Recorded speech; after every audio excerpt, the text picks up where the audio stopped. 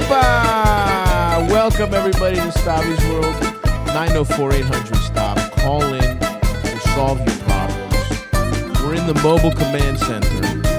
Stavvy's World is mobile. We are in an undisclosed location. Off the grid. We're off the grid. You'll never find us. The address is... Yeah, come to whoever's in this Airbnb months after we've left. You know, there's a little. This is from the vault, folks. This is the beginning of the tour. We're pumped to have on the couch. Robert Oberst is here. Oh yeah. Eldest trying out a new cheer. I appreciate it. It's a little more diffuse. It's not as like the other one is like a stadium. This is like 8 guys are happy Robert's here. I know. I think that's more like realistic. Yes, we have Robert here. Of course, Jimmy Mac, JP McDade is here. He's opening on this leg of the tour for much of the beginning and the end. So we figure let's get him in here Ed McMahon style. He's the sidekick whenever he's here, and we're thrilled to have blind drunk. Yeah, and he's I told him you can be on the tour, but you have to relapse. I said anything for Mr. H. I'm like JP, you want this $85 a night, or do you not want this $85 a night? Bring me my medicine. Do you want to split bunk beds with Eldest every night for $85 or not? This is a real show business opportunity I'm for you. Eldest's human nightlight. I stand next to his bed and fleshlight. From the inside. Hey, I wear many hats on this tour. The booze helps now. Yeah, loosens it right up. Yeah, we're pumped to have Robert here, but thanks for coming, dude. Yeah, I'm excited to be here, man. Thanks for having me. Yeah. Hell yeah. There's 3 strong guys. Three equally strong men on a podcast. A lot of sexual energy on this couch right now. It is awesome because everyone on this tour, I'm well, let's say 5'7".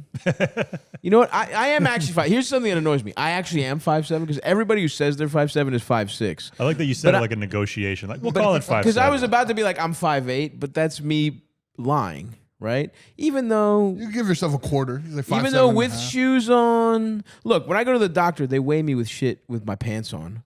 Why don't I get to say 5'8" with shoes on? You get it on the what I mean? other end. Anyway, the point is I'm 5'7". I have no... You know what? I don't even give a fuck. I have no shame about it. It just pisses me off because everyone who says they're 5'7" is 5'6". But on this tour, Eldest is 6'5". Big Dick Saxon, who you guys have met on the Patreon, Bus Boys Volume 1. How tall are you, Sax? 6'5". JP is 6'7", and Robert is not only gigantic, 6'8". 6'7" and a half. 6'7". Wow, what a gentleman! Yeah.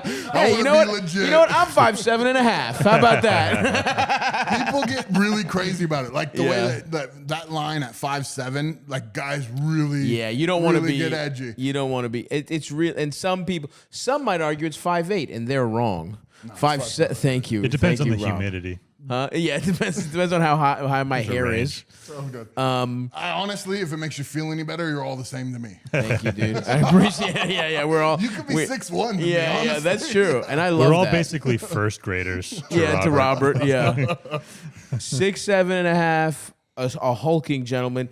Top 10, you got top 8, right? I got top 10 twice. Top 10 twice. Yeah, world's strongest man. Yeah, over the span of 6 or 7 years too. So like, I was in the top 10 for a while. So it was, you had staying power. Yeah, it was one thing that I really fought for too, because like at the beginning of my career, I jumped off and did really, really good, and I was terrified of being a flash in the pan. Right. You know, destroyed myself to make sure that didn't happen. Oh yeah, you fucked what's fucked up right now? Would you say? Oh, everything. Yeah. I think the most messed up stuff is probably like my back and my ankle. My back, I have to be really careful about my back. Is it's what made me stop. Was like I was. Not to start this off on a super sour note, but my daughter were suicidal. You wanted to end it all. No, my daughter was in the crib. She's 16 months now, and so she was in the crib. And I went in there to get her out, and my back locked up, and I fell on the floor. Wow. And I was on the floor for like 2 hours. Holy shit! And I couldn't get up. And she was like, "I'll never respect you. All those muscles, and you can't protect me." Yeah, that's what you worry about. But so I made sure I immediately. Dude. I was like, I'm never gonna do anything to put my back at risk. So I do all safety stuff now. That happened to me once because I pulled a doorknob too hard. That literally, I threw my back up being like, and then I had to just lay down for 1 day straight. It's horrible when your back goes out. It's tough. It's like there's nothing you can do to get around it. No. It's not what you want. We need exoskeletons. Oh my Yeah. We need that shit, dude. We got to evolve into some armor. Yeah, get us like Yeah. the robot additives now. You know, Yes. like let's get 100%. Get on it. Let's man. go, Body Mecca. modifications. Let's I want go. rocket thrusters. You want thrusters? That would be fucking sick. Trying to make sure I can dunk when I'm 40. I'm gonna need to That be would be rocket cool. aided. I just want a back brace. I want something to. I want the back brace not only to help my back, but also to when I fuck, just to Help thrust thrust. for me. Yeah. That way I can. And then obviously I think Batman's it goes suit. without saying, you know, a splint, some kind of mechanical splint around my cock to keep Mm-hmm. it hard, but it's still my cock.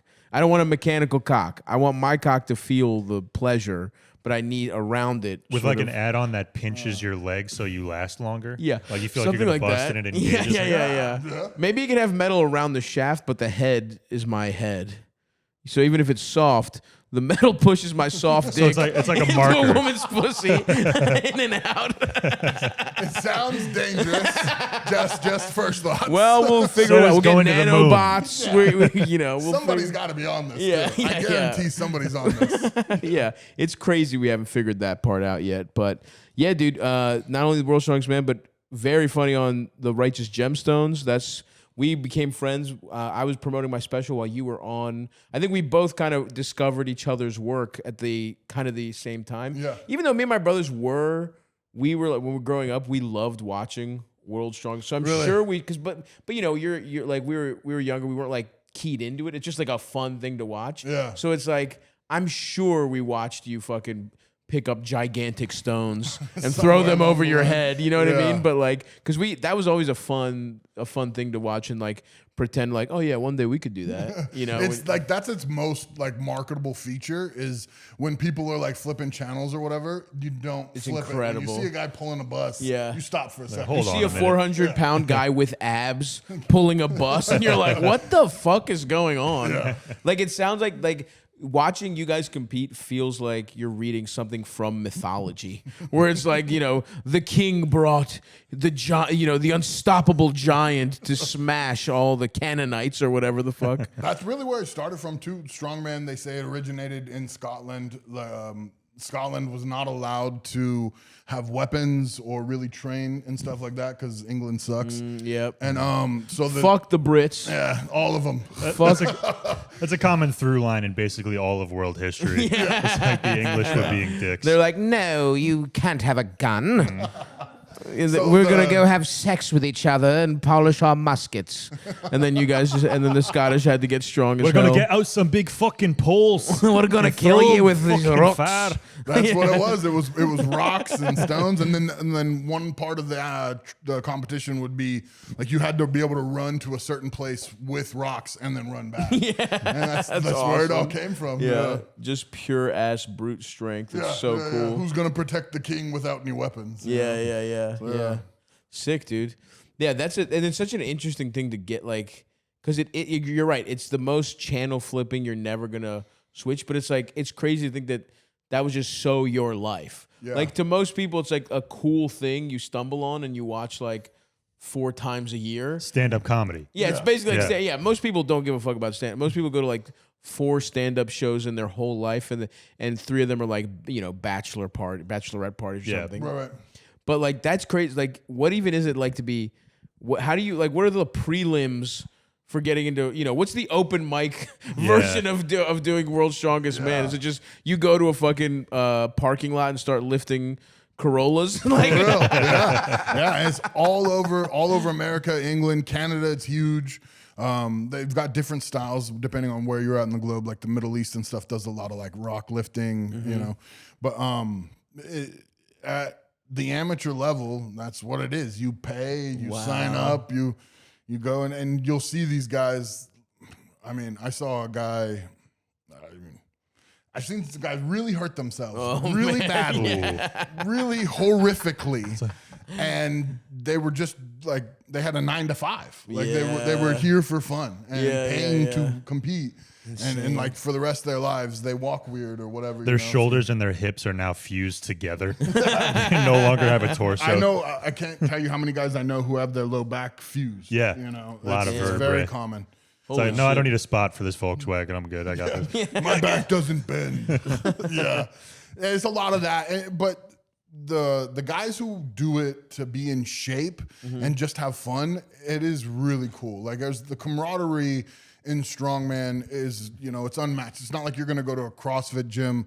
I mean, if you're really in shape, really jacked, you can go to a CrossFit gym and fit in great. And I'm being general. I'm sure there's somebody out there that's like, obviously that's not the case for them. Sure. But I mean, in general, when you do an amateur strongman show, there's just all these really big people that kind of lift seriously, but it's mostly for fun. And you're just cheering each other on, having a blast. Yeah, yeah. It's just so funny to do that, like for no money, and to do it and like To pay to potentially have lose a couple vertebrae or whatever the fuck. It's nuts, dude. It's crazy. And there's a ton of people that do it too. Yeah, damn. Folks, I've been a fan of Ridge for years. They were an early supporter of my previous podcasting foray. I have their bags. I love the backpack, the duffel bag. Most importantly, the wallet. I have lost many wallets in my life. I switched to a Ridge. We're talking, I got the safety base. It's called Base Camp Orange because I need bright fucking colors to wake my ass up. Am I looking for my wallet? Bam. It's bright as fuck. How can I miss it? And here's what I love about Ridge. They have an AirTag attachment ready to go. You know exactly where it is before panic mode kicks in. And I'm a big panicker. I use Find My on AirPods and even my laptop like twice a day. I love the bright ass colors. I love the little air attachment. I love the fact that it's slim as fuck. It's in the tour bus right now, but we had this beautiful shit set up here. I wasn't gonna go all the way downstairs just to get my wallet. So you'll have to just put it in right here, Eldis. It's slim as fuck, 12 cards in that motherfucker, plus cash and lifetime warranty. Literally the last wallet you'll ever have to buy. They'll replace that shit. Don't call them. They want to do it. You won't even need to, by the way, because the shit is so good. They have RFID blocking shit, which I didn't know they could steal your shit through electronics, but they can. They keep you safe from digital pickpocketers. For a limited time, our listeners get 10% off Ridge by using code Stavvy, STAVVY at checkout. Just head to ridge.com and use code Stavvy, STAVVY, and you're all set. After your purchase, they will ask you where you heard about them. Please support our show and tell them our show sent you. Stavvy's World, by the way. I was a bouncer for a long time. Hell yeah. Where were you bouncing? Well, I bounced in a few different places, but this place, it was called The Catalyst. It's in Santa Cruz, and it's a small concert venue and a bar. So like I did security for like Willie Nelson and BB King and Shout out to Willie. a bunch of really cool people. Yeah, friend of the podcast, Willie Nelson. Shout out to him. I feel so bad. When I worked with Willie, I was playing football at the time, and he offered to smoke weed with me, and I turned him down. Oh my God. I know. And my mom got mad at me. Yeah. My mom was so mad at me. You're throwing your life away. And I honestly, from that moment, because he was the sweetest dude. He's a little older guy. Yeah. He came out, was really nice, met everybody, and saw what he had to do, where he was going to be. And I'm the biggest guy, so I'm the guy who's with the talent. And it's like he was going back on the bus, and he's like, "You want to have smoke?" And I was like, "Oh, I was getting tested at the time." Oh my God. It's one of my biggest regrets. You should be able to tell the guy testing. He was like, "Hey man, here's a picture. Here's a picture of me smoking weed with Willie Nelson. Can I get a mulligan on this one?" Yeah, I wish I would have. Oh my God, I know. dude. I know. Were you Bummer. so that was in Santa Cruz? Were you playing? What was the school you were playing for? I was done. I was trying to play semi-pro? professional, so Gotcha. I was working with the San Jose SaberCats at the Okay. time.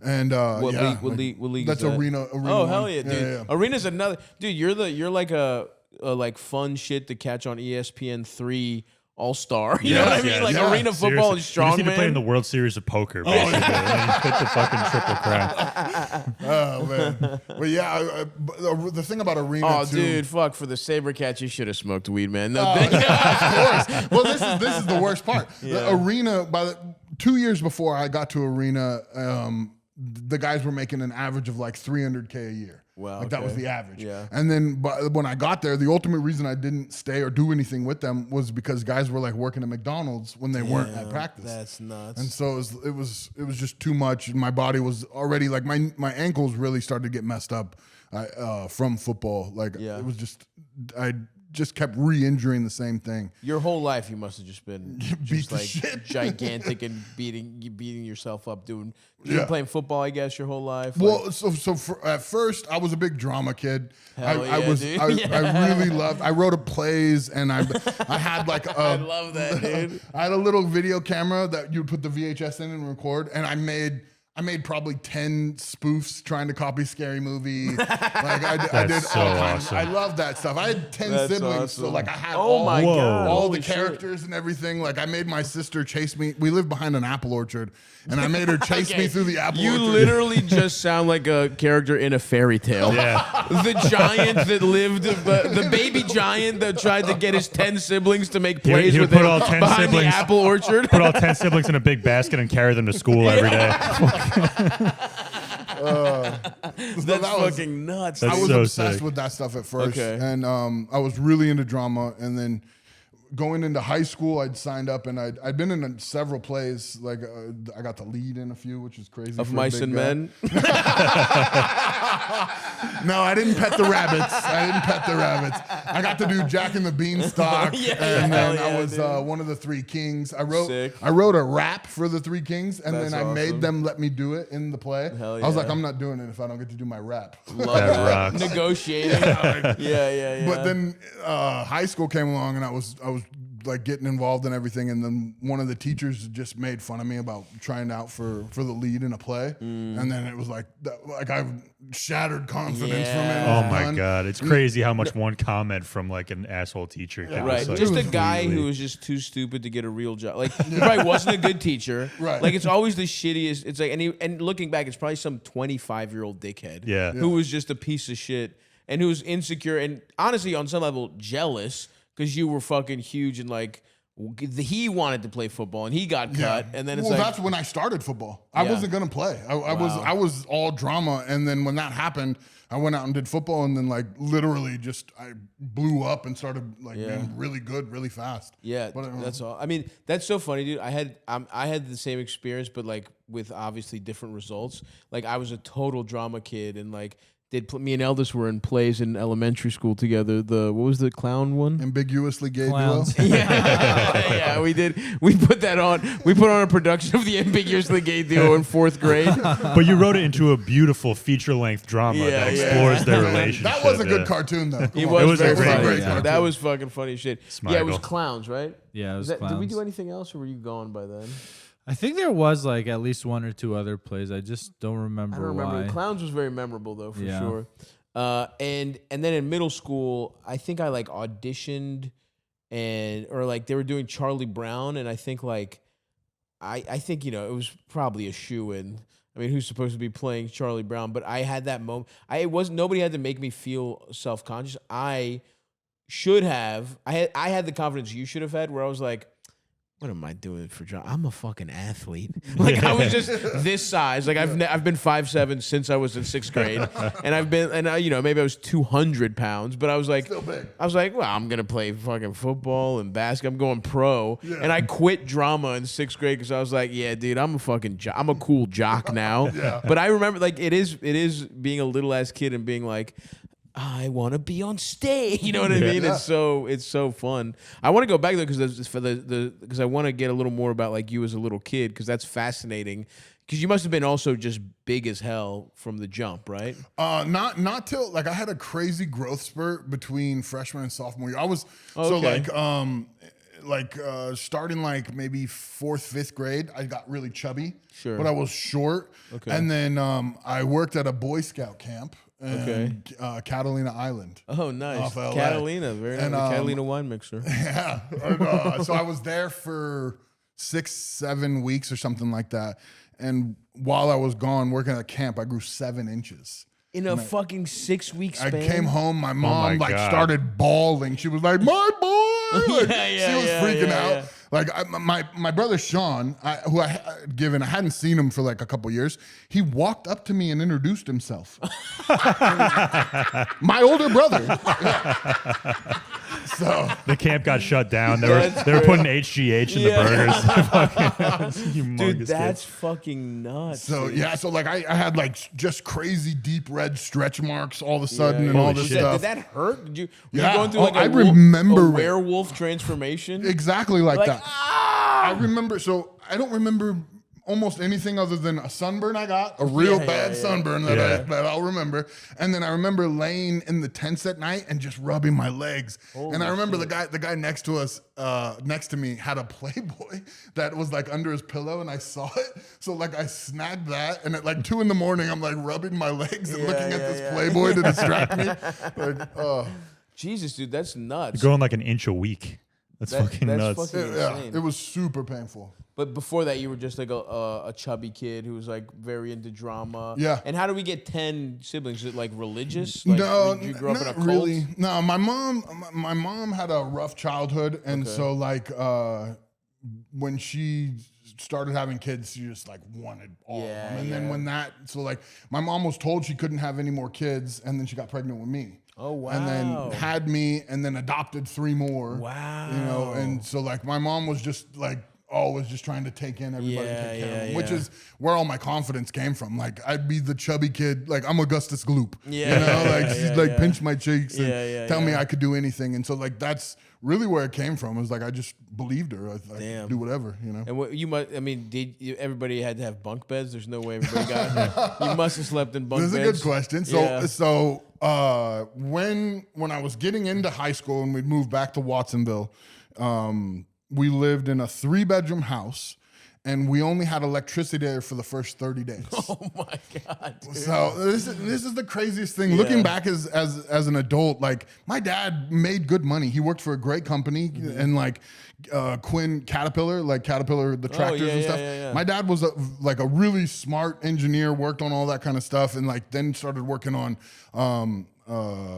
what's it called when you lose power and the power Like the generators and stuff for like hospitals or prisons and all that kind of stuff. So he was a smart guy, really needed, made good money, and we were broke. Had none. Did he have a second family with 8 kids? No.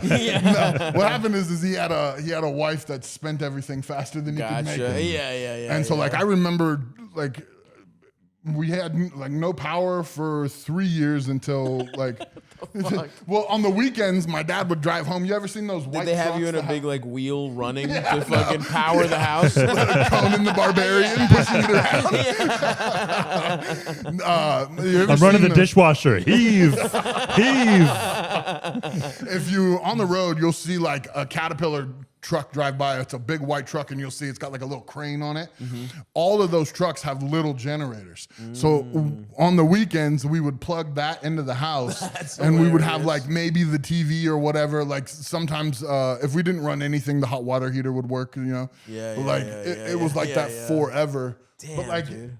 it sounds so crazy now. But you don't know any better. In the moment, man, we were making those movies, and I was having fun, and we were doing WrestleMania on the trampoline, and like all that shit, like playing baseball with every apple in the orchard, just like cracking stuff. Yeah. I don't think I've ever had as much fun as I did when we were dirt poor. For sure. Yeah. Especially when you're a kid, you really have no frame of reference. Yeah. You know, and it's like, I don't know, what was the school like? Did they let you know you were poor at school? Yeah. Well, in high school, yes, because in high school, I'm from Watsonville, and if you know Santa Cruz, Watsonville is like East Side, like well, not New York East Side. It's like L.A. East Side. It's the lower end of the probably financial pool of the county. Sure. And I went to school in Aptos. Like I got in trouble in Watsonville, and I had to go to Aptos High. And Aptos is the wealthiest area in Santa Cruz. And so like I remember all these kids. I remember this girl. It's families whose dad, like, it's the guy who invented that shitty like Sherpa hoodie. It's like the drug rug. That's the number one drug rug princess. In Santa Cruz, that's the number one money makers, like Rasta hats and those fucking for sure, and black light posters. Yeah, black light hemp posters. Yeah, it's a lot of like if you're kind of like an old school liberal and you made a ton of money and you retire, that's one of the spots to go. Yeah. You know?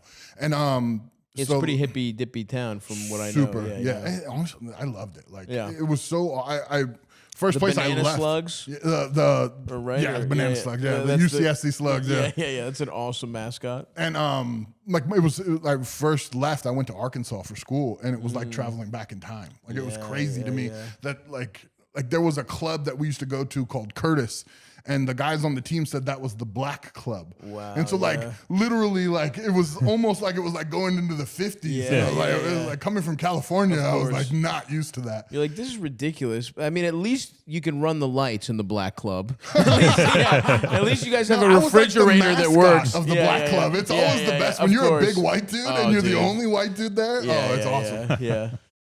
You know, folks, I wasn't always living the glamorous lifestyle of a Playboy International comedian, actor, podcaster. You know, I had to make those dollars stretch back in the day, boy. I had a little money in some apps, and I would need it quick, and I would need my money fast. And sometimes I get hit with these processing fees, where it would take an extra 3 or 4 days just to get my money. I didn't have that time. Early on, I was an adopter, and I still am to this day, of Cash App. They don't got none of that bullshit.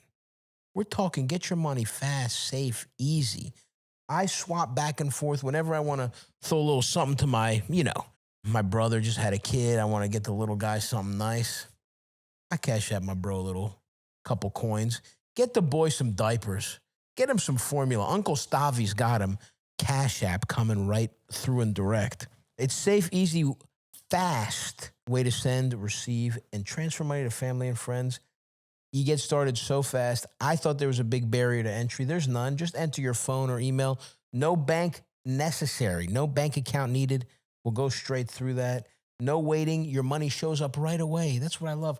I send my brother a couple dollars. My little nephew, he's got a new tracksuit that afternoon. You know what I'm saying? And it's secure and safe. Cash App has your back.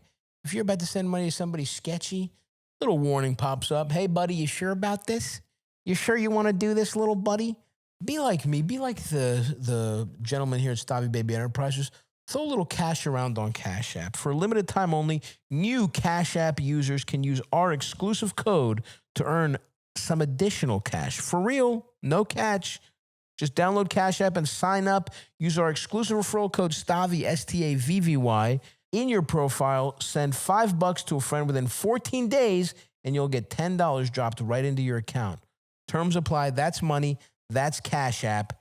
Just put Stavvy, STAVVY, in your profile. Extra $10 from the podcast. Not a bad deal. You went to play football in Arkansas? Yeah, I went to. I ended up before my senior year.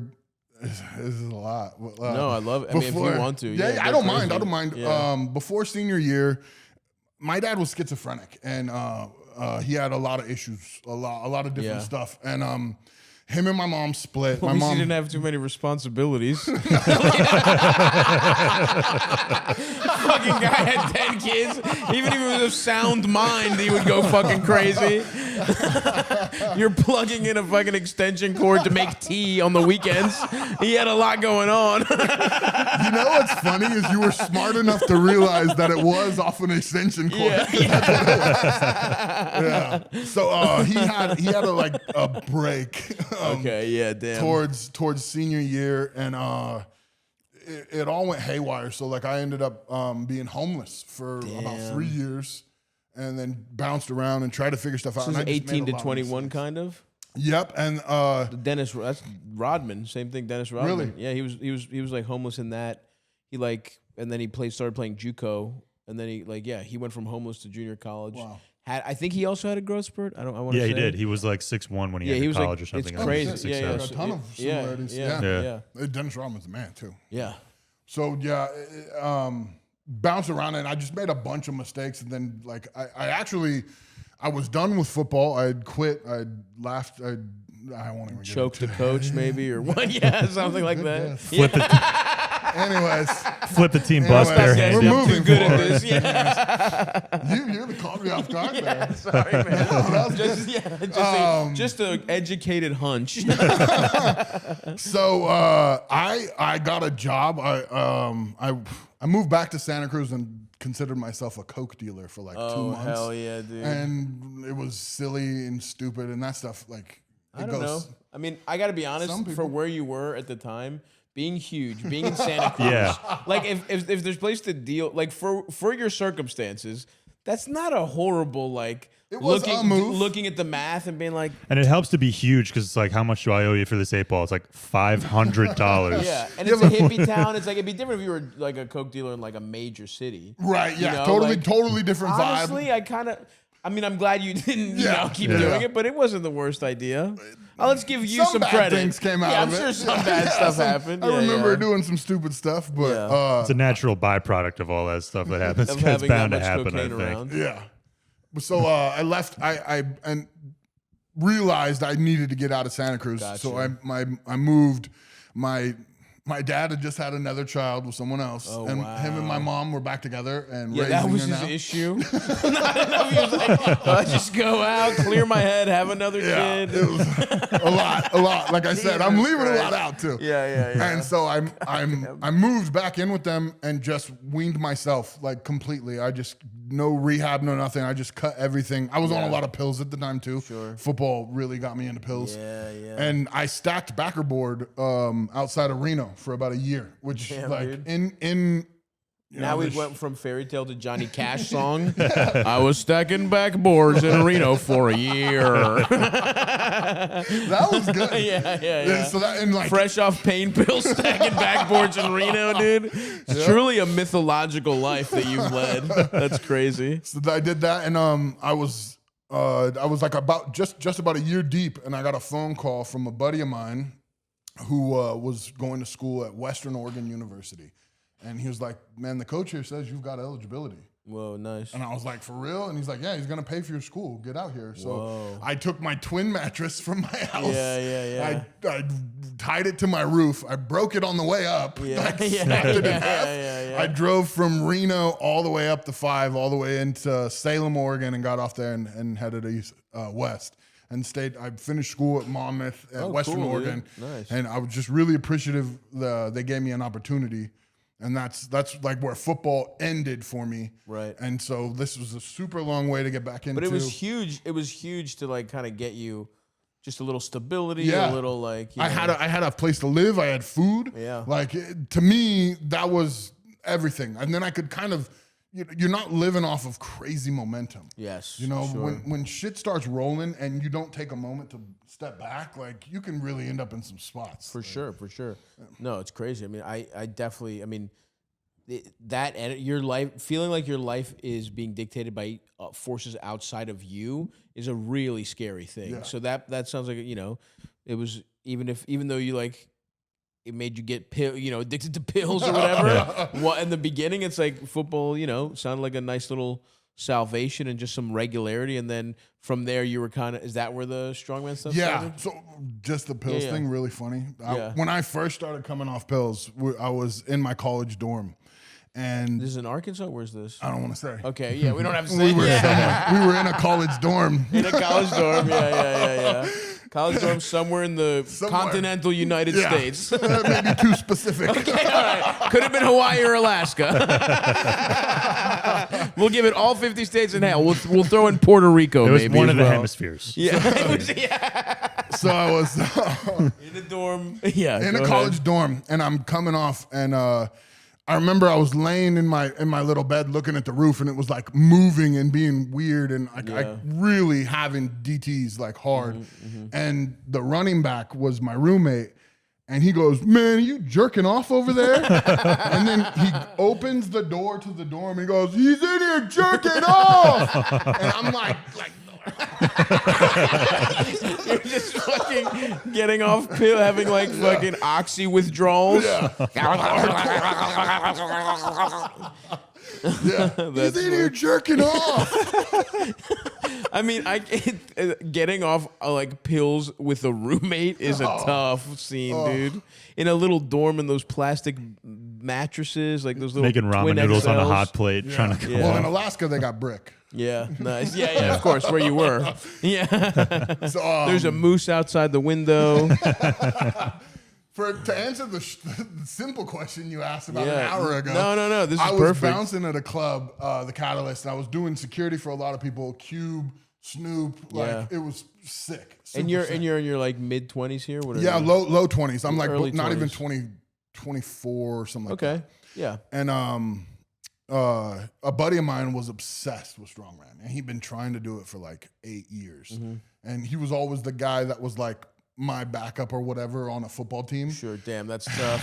Especially because he wanted to be a pro strongman. Yeah. And I went pro in less than a year. Yeah. And, like, I And then you felt married bad the about woman it. he was in love with. No. His dad calls you and tells you how much he respects you. Happy Yeah. Father's Day to me. No.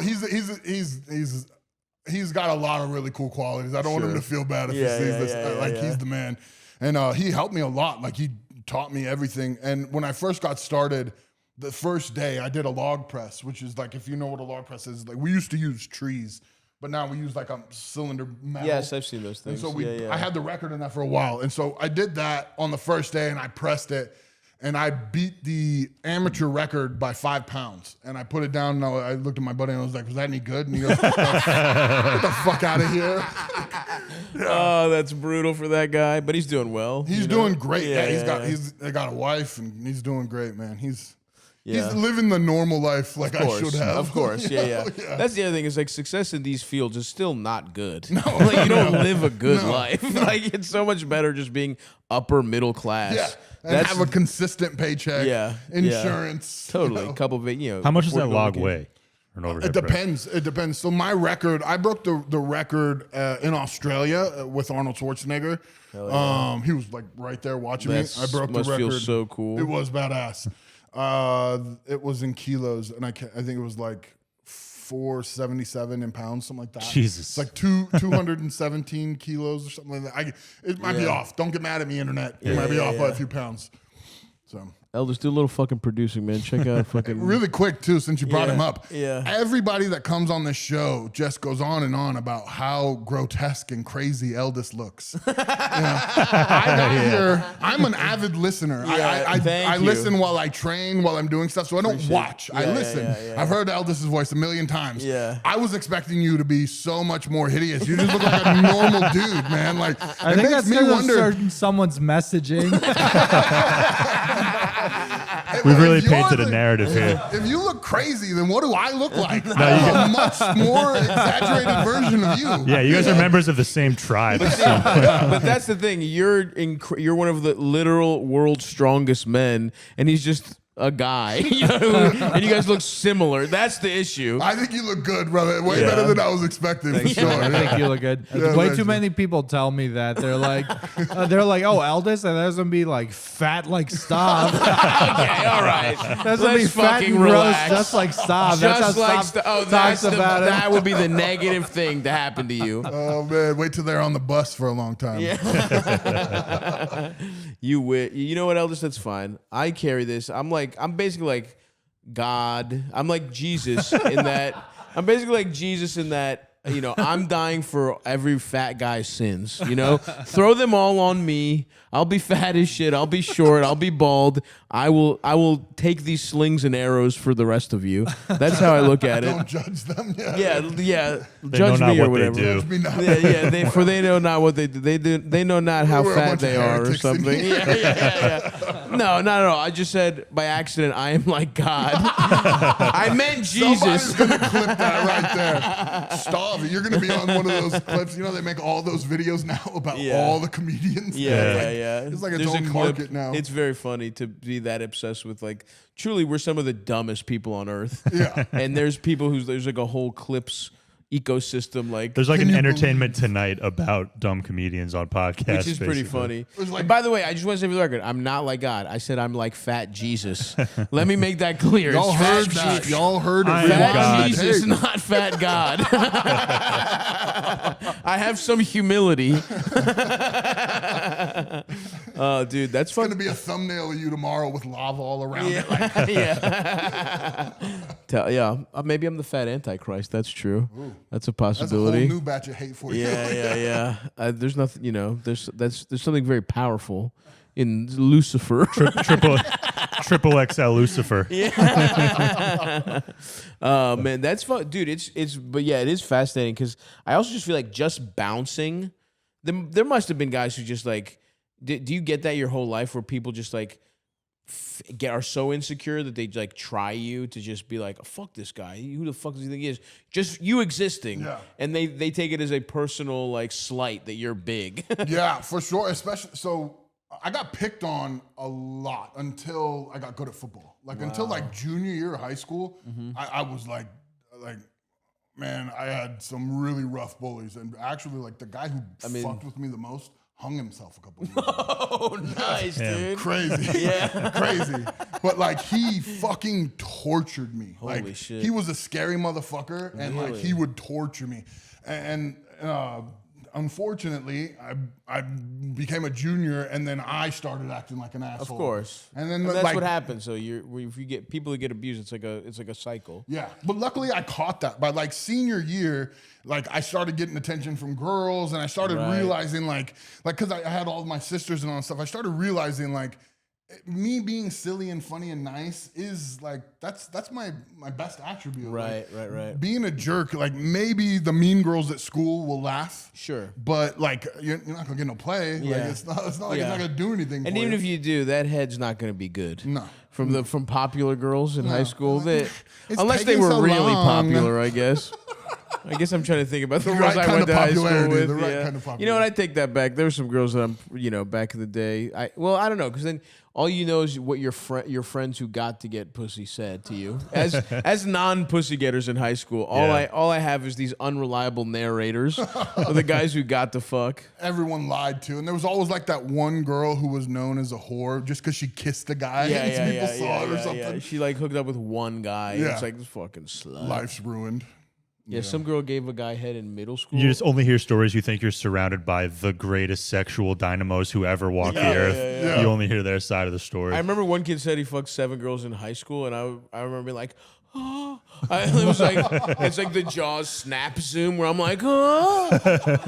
I haven't even fucking grazed I'm the down titty. by 7. Yeah, I'm down 7-0. I fumbled the kickoff, and he returned it for a touchdown. Not the way to The start. opening kickoff. There's 11:59 left in the first quarter, and I'm down 7. He fucked one girl 7 times. You just counted it maybe. all toward his stats. Whatever. I wonder what he's up to. He's a good guy. It's not the most I think he believable joined the data. armed services, the armed forces. Respect. Thank you for your service. which means, yeah. Got more fans than Good me. job, Aldous. Good job, man.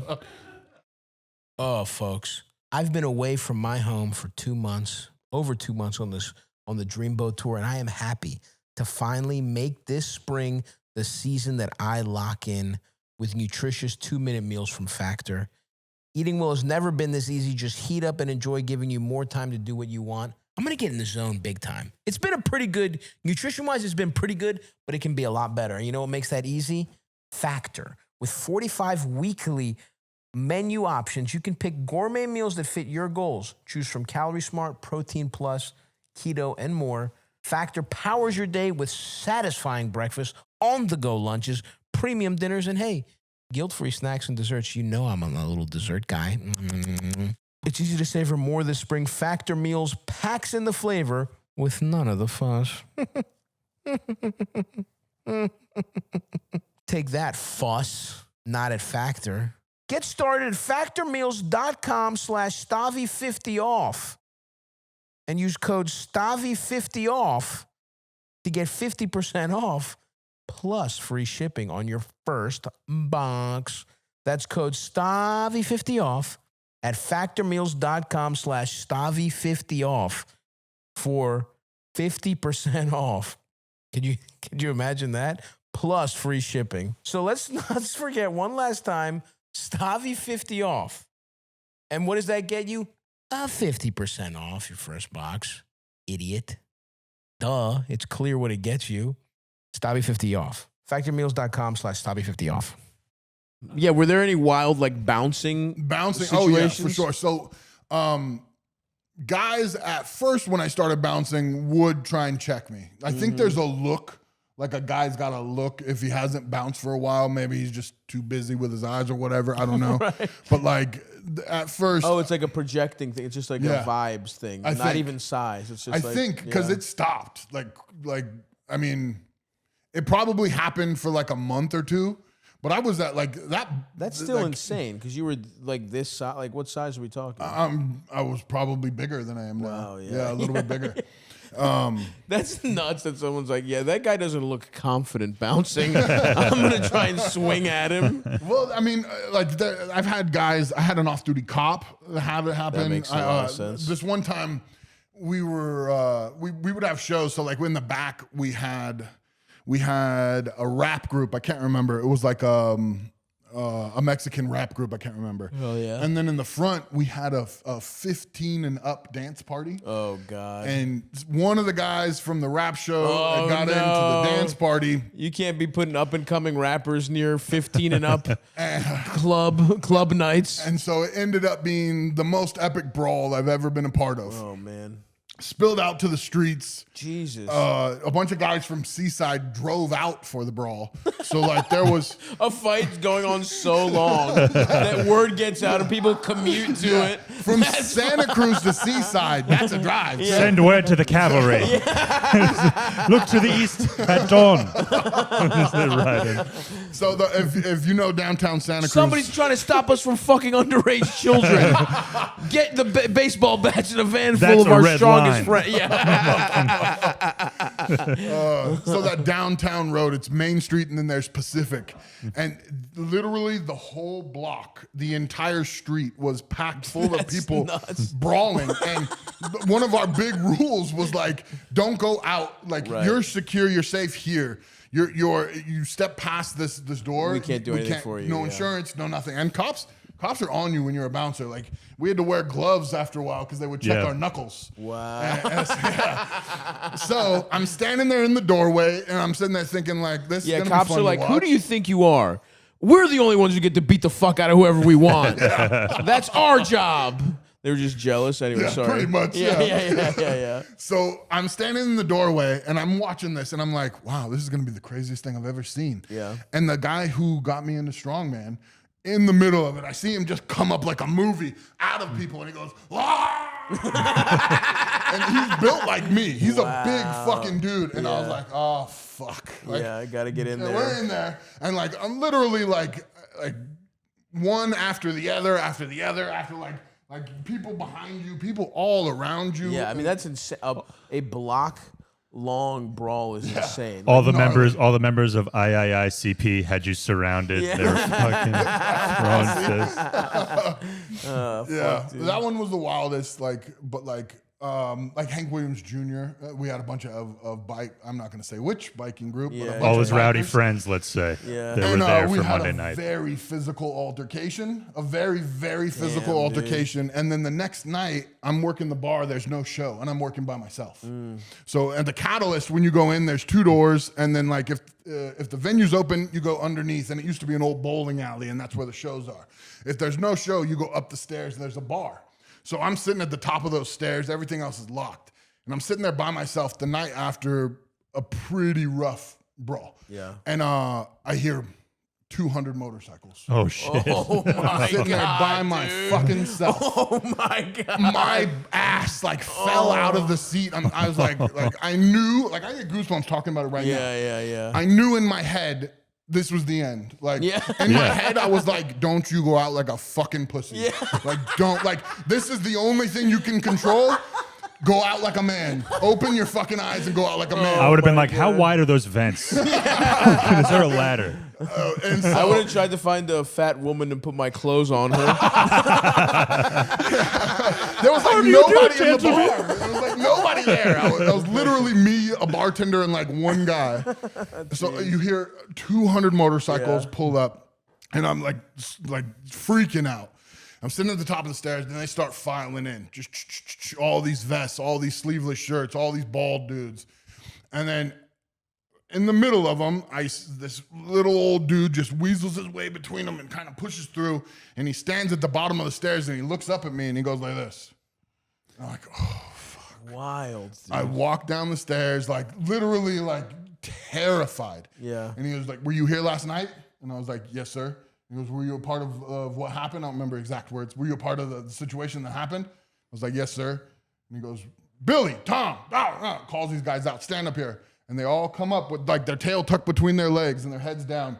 He goes, you got something to say? They all apologize to me. Wow. Every one Holy of them shit. apologized to what me. the fuck? He pulls out a business card and he goes, anytime you have a problem, call me. Wow. Bro, Incredible. I'm telling you, like, What? I floated back up the stairs. Yeah. And I was like, I couldn't believe it. I couldn't believe it. And you're right. That was the right thing because if you did show cowardice, they probably would have fucked you up. You're a stand-up guy, literally. Yeah. And it's always like the little old guy in the gang who's like the one you need to be the most afraid of. Yeah. It's like he commands all these Damn. soldiers. I really, like, in that moment, I so thought, I was like, they're going to knife me at least. Yeah. Like, someone's Right, going to right, take right, something. right, Like, right. it's- There's going to be a ceremonial ear cutting or something. Gotta get out of Like here. on gemstones.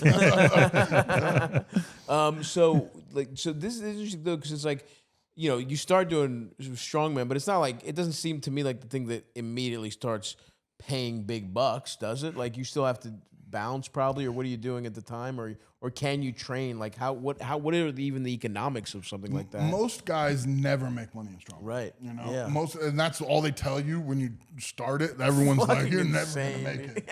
You know, I knew I could use it as a platform. Like Sure. I never thought that I was gonna be the strong. Like maybe up until like my rookie year at Worlds, I thought maybe I could win. But then after that, I realized I wasn't gonna be able to do what it took to win.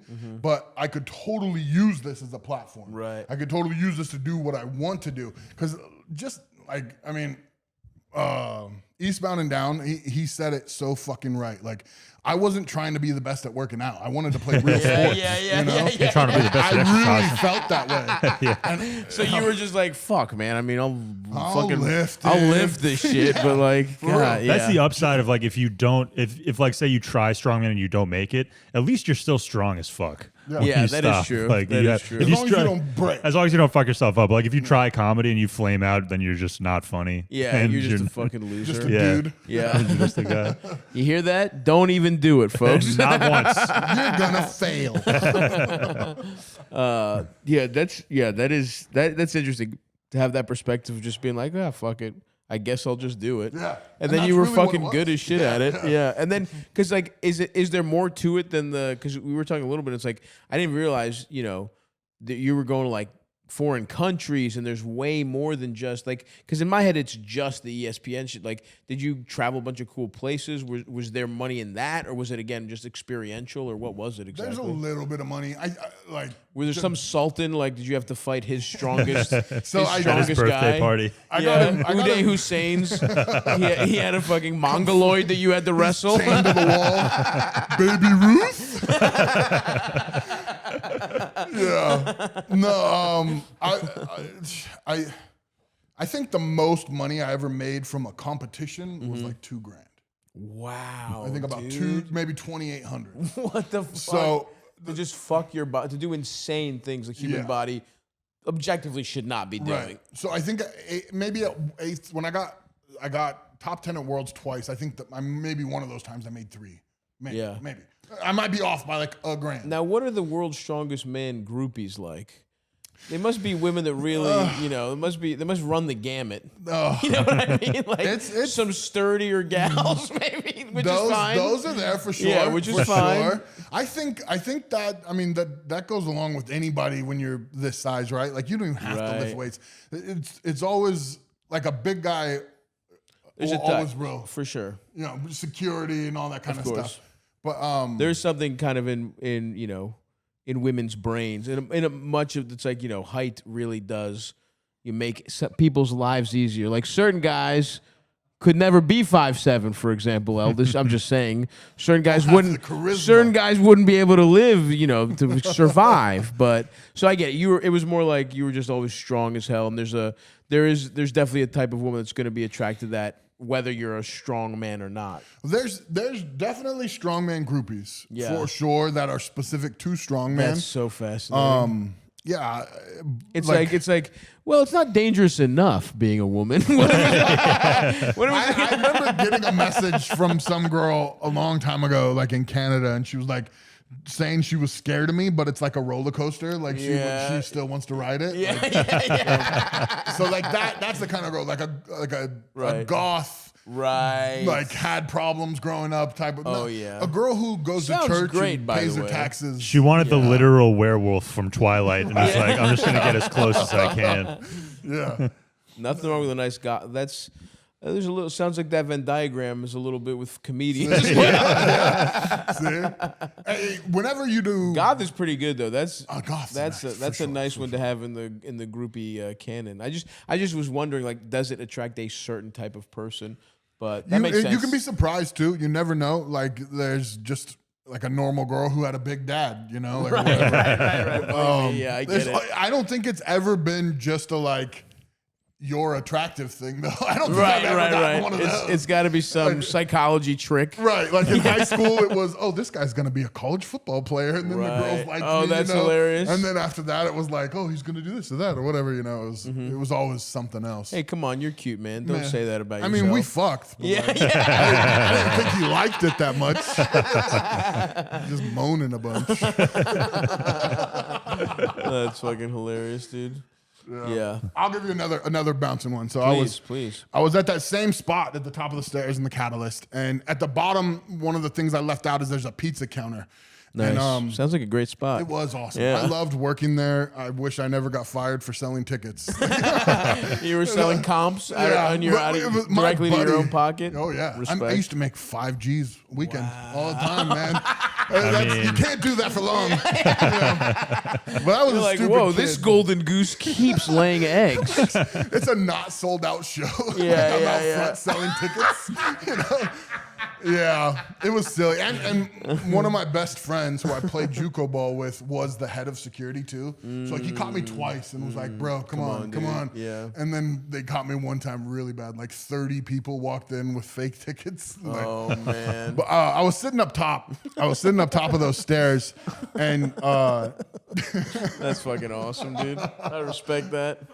trying to make money. Eldest is fucking people are Venmoing Eldest for Patreon links. Right, yeah. Cash App me, I'll get you in through the loading dock at the shows. I was like, yeah, they're delivering pizzas. He's like, all right, you got the empty boxes? Dude, It's like, you'd make them bring a pizza and you'd eat it, wouldn't give us any. some of that background stuff for shows is some of the craziest, funnest, and most awkward stuff. Like you're talking about getting people through the back ramp and stuff. So I remember it was slightly stupid. I was doing security for it, and they're fun, so much fun, really cool guys. And a couple of them were single at the time. I don't know if they're single now, and I'm not going to say names. Right. But they were like, we need some girls. So I walk over, and there's these 4 girls together. And then I approached them, and I was like, hey, you guys don't even want to meet the band? They're all super excited. And then the guy taps me on the shoulder, and he goes, we just want 3. Oh, no. So I had to look at these girls. All right, who can carry this stone the farthest? Yes. You know what sucked? You know what really sucked is I did it. I was like, okay, you 3, and the other girl was, why not me? And I was like, I'm sorry. She was just, oh, so I'm the ugliest? And I was like, no, I think you're very beautiful. He literally comes back and he goes, why don't you come too? Wow! Yes. He makes you Yeah. look like the fucking asshole. Got me. Oh my And then who God. knows if you just invite them all, they're not all gonna fuck. Maybe you got the fucking. And that 4th whole one. night she kept saying, oh, you didn't even want me back here. Wow. She kept saying that. I felt so no. bad. I felt bad. Also- There's a lot of shit like that. Also, yeah, it's so weird. It's like, what's one extra? That's not a problem. It's a An extra girl, too, Yeah, like- yeah, yeah. like, You're a it's- band. You Yeah. might get sucked off by 2 of them. That's Aim the high. lesson. It's That's like the I problem was with bringing back stoners, 5 man. bros. That's the problem with stoners. If it was a cocaine band, He was- he'd be like, bring me 800 women. I'm gonna fuck them all. He felt bad, so he came over and he got the drumstick from the show, and he goes, I filed it under D, so you know where to put it. It's a drumstick. And he gave me the drumstick because he felt bad about it. Yeah. They were cool. They were freaking awesome. Like, so much fun, and that whole venue. So like that, I was gonna say, I was up the top of those steps, and I was looking down, and we had a reggae band going, And in the front foyer by the pizza kitchen, there was these two just blasted drunk chicks that were like 50s, 60 years old. And one of her titties keeps plopping out. And she like drops her pizza on the floor a couple times and picks it up. And it's just a mess. And there's these big, I think they were Samoan. They could have been Tongan. I lived in Samoa for 2 years. Nice. So I feel like So I'm you know allowed the to make that nuances. mistake. I know it's very upsetting to not know if it's Tongan or Samoan. Most of the people listening definitely know what the fuck you're talking Yeah. about. That's for sure. We got a lot of big Oos listeners. Yeah. Nice. So I lived in American Samoa for a few years. I love it there. But I'm pretty sure they were Samoan. And there was like 4 giant older dudes in their 40s, all wearing Hawaiian shirts, just looking really nice, like nice gentlemen, nice hair and everything, but they were thick. And they start making fun of the girl or whatever. So I go down there, and one of my buddies who was new fired off hot and said something. I don't remember what he said. But the oldest, the silver-haired guy, just opens his fucking big meat hook, slaps him across the face, and he goes down and he's snoring on the way to the ground. He's like on the way. That's And awesome. it's 4 of them. An and open me. hand slap, dude. That's a meaty paw to do that to somebody. Put him Holy down shit. asleep before he hit the ground. A slap to the shadow And that guy realm. didn't even look like he's like Right. a fighter. He's Yeah. just a dude. Right, Like right, he didn't go there coming to Right. fight. You know when a guy comes to a bar wanting sure, to fight, for sure. he didn't want this. Yes. It just presented itself Yes, to him. yes. And so like that, we ended up. That's a so much more dangerous guy. Yeah. That the guy that just in an instant can snap into that, as opposed to like a guy who's like Not you can thinking about tell- it at all. For sure. And those guys too, the guys that have that energy where they're looking for it, everybody feels it. Like, Yeah. You're on point with that. This guy, he caught us off guard because he was smiling when he did it.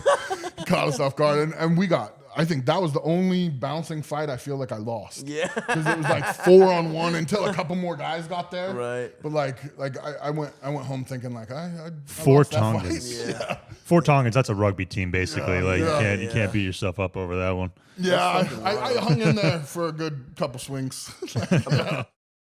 Folks, one of the main reasons I got into podcasting was to have access to high quality chewables that make your cock hard. And I'm happy to report that thanks to BlueChew, I have more than achieved that goal. And now I'm evangelizing it, letting you know that BlueChew, they're not going to stop until every man is bricked up like a brick house, baby. That's the mission. Let's get those pathetic pricks bricked up. Let's get your dicks bricked up with BlueChew. Have I been on the chews this tour? No comment. Sorry, my mom watches. Have I been on the chews? Yeah. What a product. And you know what I love about it? Made in the USA. That's right. This cock is getting hard thanks to the craftsmanship of my fellow American patriots. And I know that's important to you too. If you listen to this show, you're also a patriot and you want your cock hard thanks to Americans. It's all done online. That's the best part. No visits to the doctor's office, no awkward convos, and no waiting in line at the pharmacy. Right to your door, discreet packaging. Honestly, I picked up a fresh envelope. Eldest can attest behind the camera. I picked up a fresh envelope on the way to our final weekend. You never know what happened. You never know when you might need to get bricked the hell up. Yep. So make life easier by getting harder and discover your options at BlueChew.com. And we've got a special deal for our listeners. Try your first month of BlueChew free when you use promo code Stavvy. Just pay $5 shipping. That's promo code Stavvy, STAVVY. Visit BlueChew.com for more details and important safety information. And we thank BlueChew for sponsoring the podcast. Why were you in American Samoa? How long did you live there? My old man got, I don't know exactly how, but he got a job. There's a trolley that goes on the native side. It goes from the bottom of the mountain to the top. So not the side, like there's one side of the island that's like hotels and nice and everything. We lived in a hut with the village. Whoa. And so like he just basically for 2 years kept that trolley running so people could go to the other side of the mountain to work.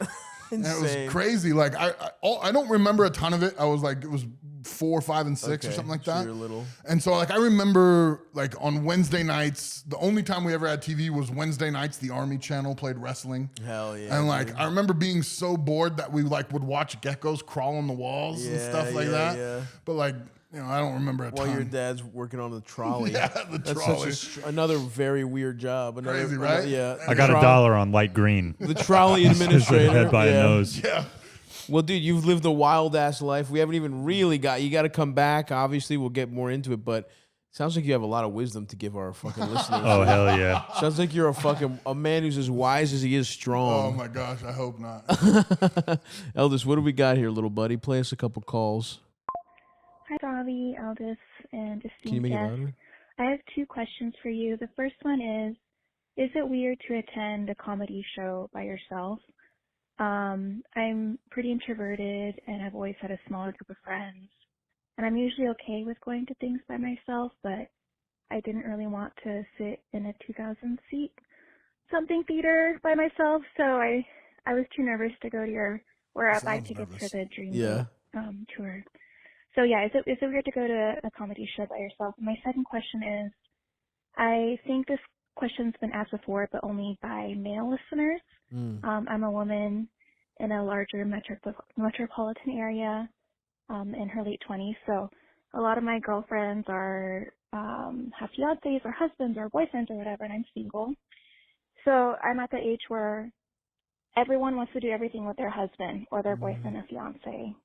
How do you deal with getting to your late 20s, early 30s, and nobody wants to spend time with just their friends? Like, none of these girls want to Damn. spend time with the girls.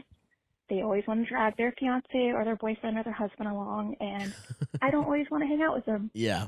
So how do I Respect. respectfully tell my friends that I don't want to hang out with your boyfriend and your fiance or your husband?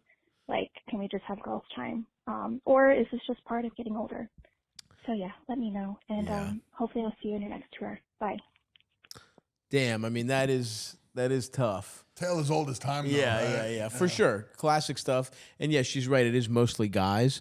So it's refreshing to hear a woman be like, I don't want to fucking hang with you. Well, her fucking first husband." question is an easy answer. Yeah. Which is no, it's not awkward to go to a comedy show by Yeah, yourself. for real. Yes. I love going to movies by myself. Yeah. I love popping into like shows. Like that's the nice thing about doing something by yourself is like you decide if you're not feeling it.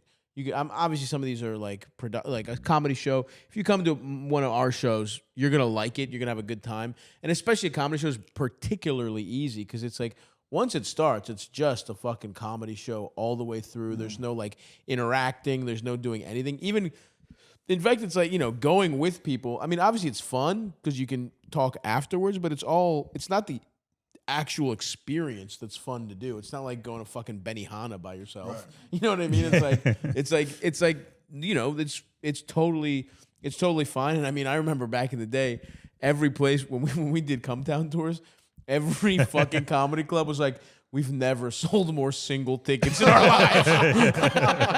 Every fucking place was like that. That's a badge of honor, though. Yeah, for sure. yeah. We were bringing the community together.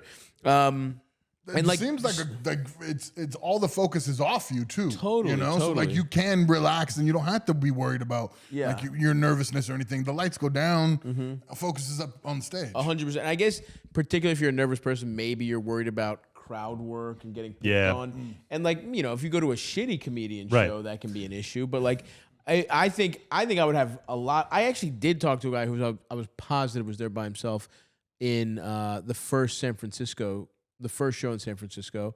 And it was like, it didn't come up, but even if it did, I wouldn't have been fucking mean about it, whatever. But yeah, definitely go to the show.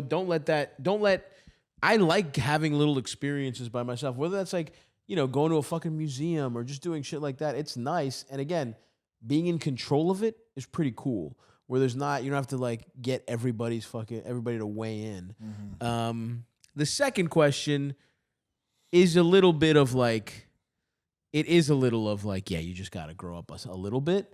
But your friends also, the second one is a classic meet in the middle compromise situation where it's like, look, there's going to be some vegetables, which is a group dinner. Some cabbage you have to eat to like, before you can have the like wings of just getting fucked up and gossiping with the people you actually give a fuck about, right? Like, but this is part of growing up. I remember being like 20 in your early to mid 20s, and when somebody would spring their girlfriend on you, you'd be like, "Are you fucking kidding me, dude? You're a fucking piece of shit. You don't even fucking care, right?" But it's like this. She doesn't even like Star Wars. Yeah. Are you fucking joking, dude? Beer pong is an even numbers game, and you're throwing off the math by bringing her You're around. gonna play with her. You're gonna play with She's her. your partner. Oh yeah, now. because she's All such right, a cool, good man. shooter. Sucks. She fucking sucks at beer pong, dude. I've been practicing all week. She keeps trying to bounce it. I'm gonna swat that shit every time. So yeah, you have to like, but I think it's maybe a little. I think all this is a little connected, where it's like, False barriers. yeah, I think there's a bit of a false psychological barrier to like getting your friends to hang out. Oh, they're not going to want to because they have their boyfriends or whatever. But like, if my girlfriend wants to go hang out with her friends, like, there's no explanation needed. Yeah, go ahead. Absolutely. It's great. yeah, and so like, look, might some of your friends be in weird relationships? That's a separate issue. Yeah. But for the most part, it's like, you know, and we give the example. I hang out with Eldest all the time. Obviously, too much, probably, but like. I'll hang out with Eldest, I'll hang out with his wife. And it's like, you know what I mean? Like, I'll hang out with you, I'll hang out with your girl. It's like, and it's also a thing of getting to know these people.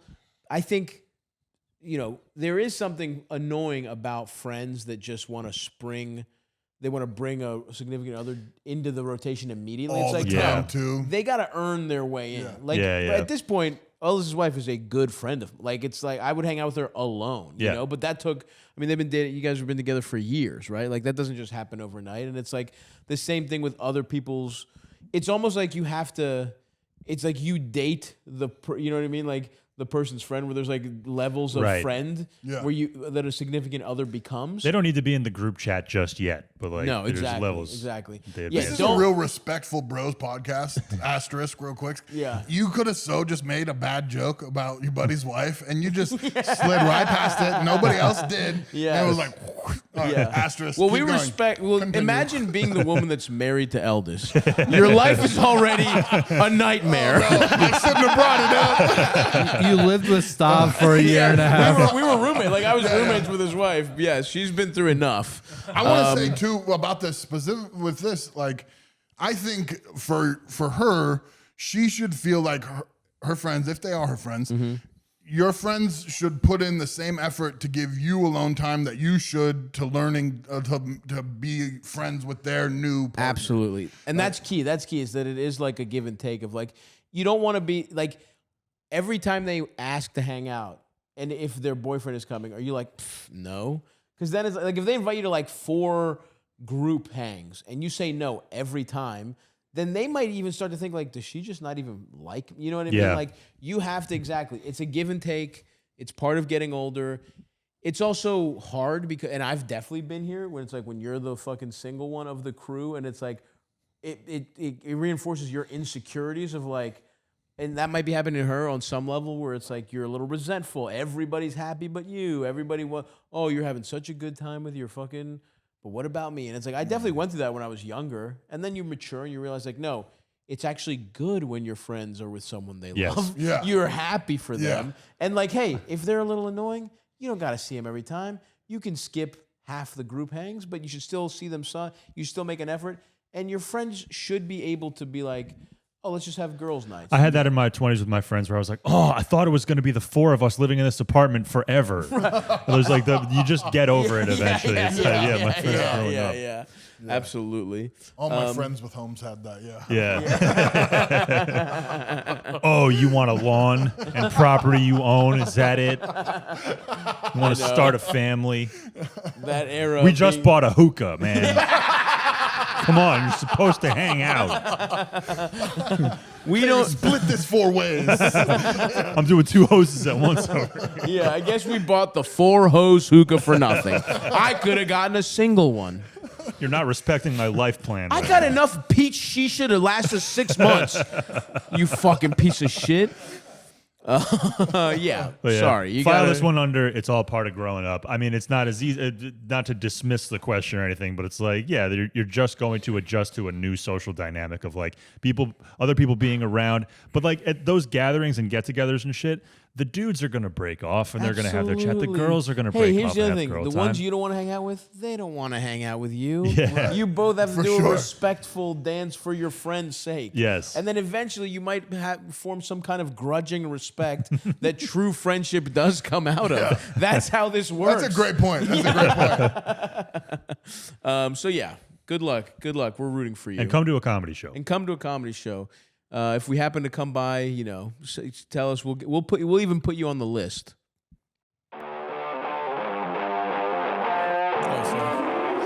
Oh, what the hell's going on? Is it time to Keep it twisted. Yes, it is. Wow. Keep it twisted with an ice cold twisted tea. I got half a mind to crack this bitch right now. Psych. That'd make you hard, wouldn't it, you little goblins? Well, that's not what it's time for, because we still have a show. We are in the green room here, and I will be cracking this twisted tea post-show, but right now, yeah, somebody didn't plan things out well, and we're doing ads before the last weekend of the tour. JP, not again. Yeah, this Not one's on again, me, guys. dude. I do pull all the strings here at Stavvy's World, and this was one of my many faux pas. You gotta get your act together, man. Get your act together, McDade. I am stepping down as the head of the Stavvy's World podcast. I'm resigning in disgrace. A lot of people don't know that JP is the president and CFO. Puppet master, He's pulling all the strings. the twisted chief. Stavvy's World, Stavvy Baby Enterprise is a subsidiary of McDade Corp. Stav named me CEO, so like when all the financial crimes are uncovered, I'm the one who takes the hit and goes to jail. I'm getting paid in stocks that are being run through 3 separate shell companies. Everything's in your mom's name. Yeah, I'm untouchable. You got a little office in Delaware, so you don't have to pay taxes. But that's not why we're here, folks. We're here to discuss ice cold, delicious twisted tea. Twisted. A beautiful beverage that gets my twisted. Prick hard. Anyway. Contolini. Contolini. How do we not make that drop yet? Contolini. Now tell me, Eldest, do we have a fucking question to soothe the minds of the twisted listeners We out have there? we have a woman who's in quite the twisted pickle. Let's see what To she's me, got to twisted say. I questions gotta are twist- just normal questions. Oh, that's how just how my twisted mind you are. processes. Shit, dude. Jesus Christ, McDade. McDade is a madman. I've said it before. I will say it again. And right now, you're probably all enjoying the McDade's Maniac series. Of course you are. You found out about Stavvy's World through McDade's Maniacs. We're the only podcast with 8 separate sub-podcasts concurrently running through its Patreon. This is like the laziest way to start a podcast network. We just are fucking Just like, trial That's running. slightly different is its own show. same everything. It's just got a different title, and sometimes we smoke weed. Anyway, I can't wait till Twisted Tea's paying for its own sub-Patreon podcast. We're lit. Hey, ears are open, Twisted Tea. Glug, glug, glug. Oh, I'm drinking the offer. Stavvy's Twister Chasers. That's right. Getting in one of those souped up trucks driving through Tornado Alley I looking love for Twisters that. drunk Looking for driving. drunk driving. Looking for bitches drunk driving. And then we fuck them. No. Bang Bus meets Storm Chasers. Bang bus me storm. Now, okay, I'm back in. The twisted bus. It's a money faucet. Yeah, oh yeah. So anyway. Line up that question for But us. for the Miguel. meantime, we'll just be answering questions. We won't be getting our dicks sucked in a yellow and blue conversion van. Well, I don't know, I guess. Are hurricanes happening? We haven't figured out exactly. Tornadoes. Tornadoes. for I'm Twisters. sorry. Tornadoes. Go ahead. Hey, Stavvy, Eldest, and like highly esteemed guest, I'm sure I'm a fan of. Sorry to bug you guys, but this is going to be a settle the debate question, please. And if I'm so lucky to have settle this be the debate question? twisted question of the week, I'd love to keep it twisted with y'all. Oh, so, we're okay. keeping it twisted? Here's Keep it my argument with my twisted. boyfriend right now. Pause this. So he works full time, and then our agreement is Doesn't matter. Yeah. Go ahead.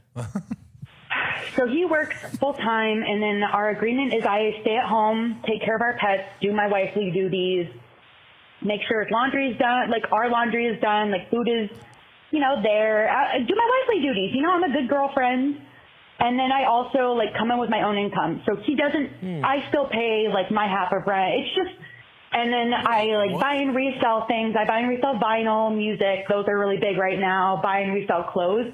But lately, he has been kind of fed up with having things in our house. Like, I have a dedicated closet to everything I have listed for sale, and he has been donating my things to Goodwill.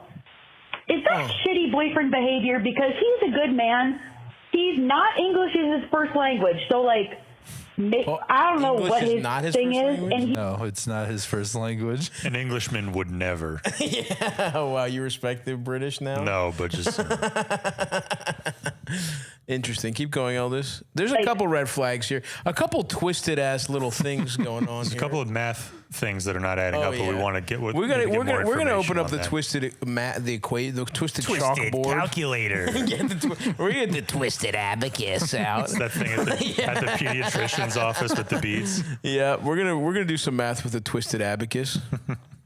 I don't know what his thing is, and he doesn't hate me. He's a good man. He's a good boyfriend. He doesn't hate you. He doesn't hit me, but it feels like Wait, he hits hit or me. He hate? donates my things to Goodwill. I thought she said hit originally, but I don't know if she said hate just now. But it feels like he hits me, but he donates my things to Goodwill, if that makes sense. And we got in an argument about it. Let's say she Feels said like hate. she must be saying hate.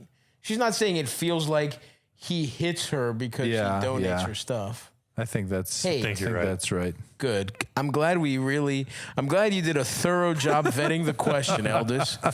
Anyway. And then a few months later, which was like about a month ago before we flew to Japan, he donated a bunch of my stuff again that I had listed for sale. And we're about to start a business together right now, like where I go live on this app and sell things for us. This bitch is doing And TikTok QVC. Why would I don't know. I told him, I was like, if you donated my things, She's on chat. why would I want to invest more money into buying things with you if you've donated them already? And if you don't regret it and you stand by donating my things. Does that make sense? Yes. I don't know. He's not a shitty boyfriend. Love y'all. I put him onto the pod, actually. I took him. We went and saw you, Stavvy, front row in LA. I took us out because I'm a good-ass girlfriend. Okay. I'm on I don't your know, side. guys. We're trying, and it's a big debate, and it's not like breakup worthy, but it's beef worthy, and I need it You're settled. So pissed. thank you so much. Love y'all. She's pissed. She's a super fan. She's dating somebody. Here's my decode on the situation. Please, let's hear. I have some thoughts, but please. Flying to Japan, English not his first language. He's Japanese. If the item doesn't spark joy, it's gone. You throw it out. Don't care what's if it's that in your bitch's special name? closet. Marie Kondo. Marie Kondo. Damn. Got So you birds think- at the condo. Okay. Fucking, Okay, you you got to think- throw that shit out. Cultural thing. You got to kneel at the dinner table and you got to throw out your extra See, shit. I read it differently. I read it as Latino weeb. Interesting. As Latino who loves Okay. who loves anime. Okay. 'Cause you got a little bit of the let's say old world with not respecting your girlfriend. So you know what I mean? Like Well, he's clearing out the stuff from the closet because he's trying to make it a shrine to Goku. he's putting his anime stuff. He's got swords and shit that he's trying to put in the closet. Okay, that could add up too. The one question that I had. no, we won't listen. For this twisted question, we will do no more race speculation.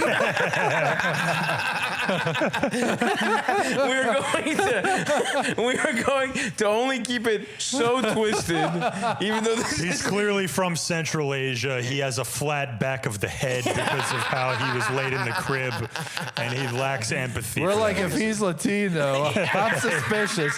But if he's Japanese, I have a cultural reverence for him. we have, he is doing the honorable thing for his family. You got to commit seppuku if you're running afoul of Yeah, your maybe husband. your shit wasn't selling on Depop, and it was either donated or fucking slice his belly open for his ancestors. But now here's the thing: is that so she said she contributes her income. Now this is out of everything that's been said here, the most insane thing was something that she glossed over. Was that at first she's describing the way that they go about things, and it's like he works full time, she does housework, which I think is fine. I think that's how shit should like.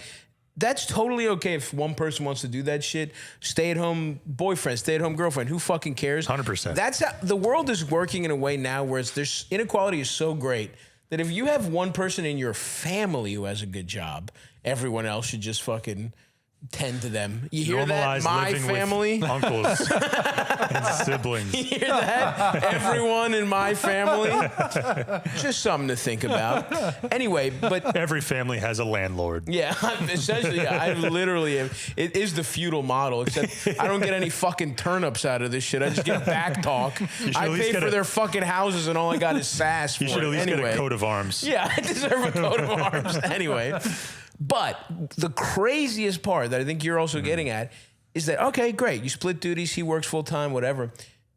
You pay half the fucking rent. Where's this income coming from? You pay half the fucking rent and you cook and clean and do all this shit.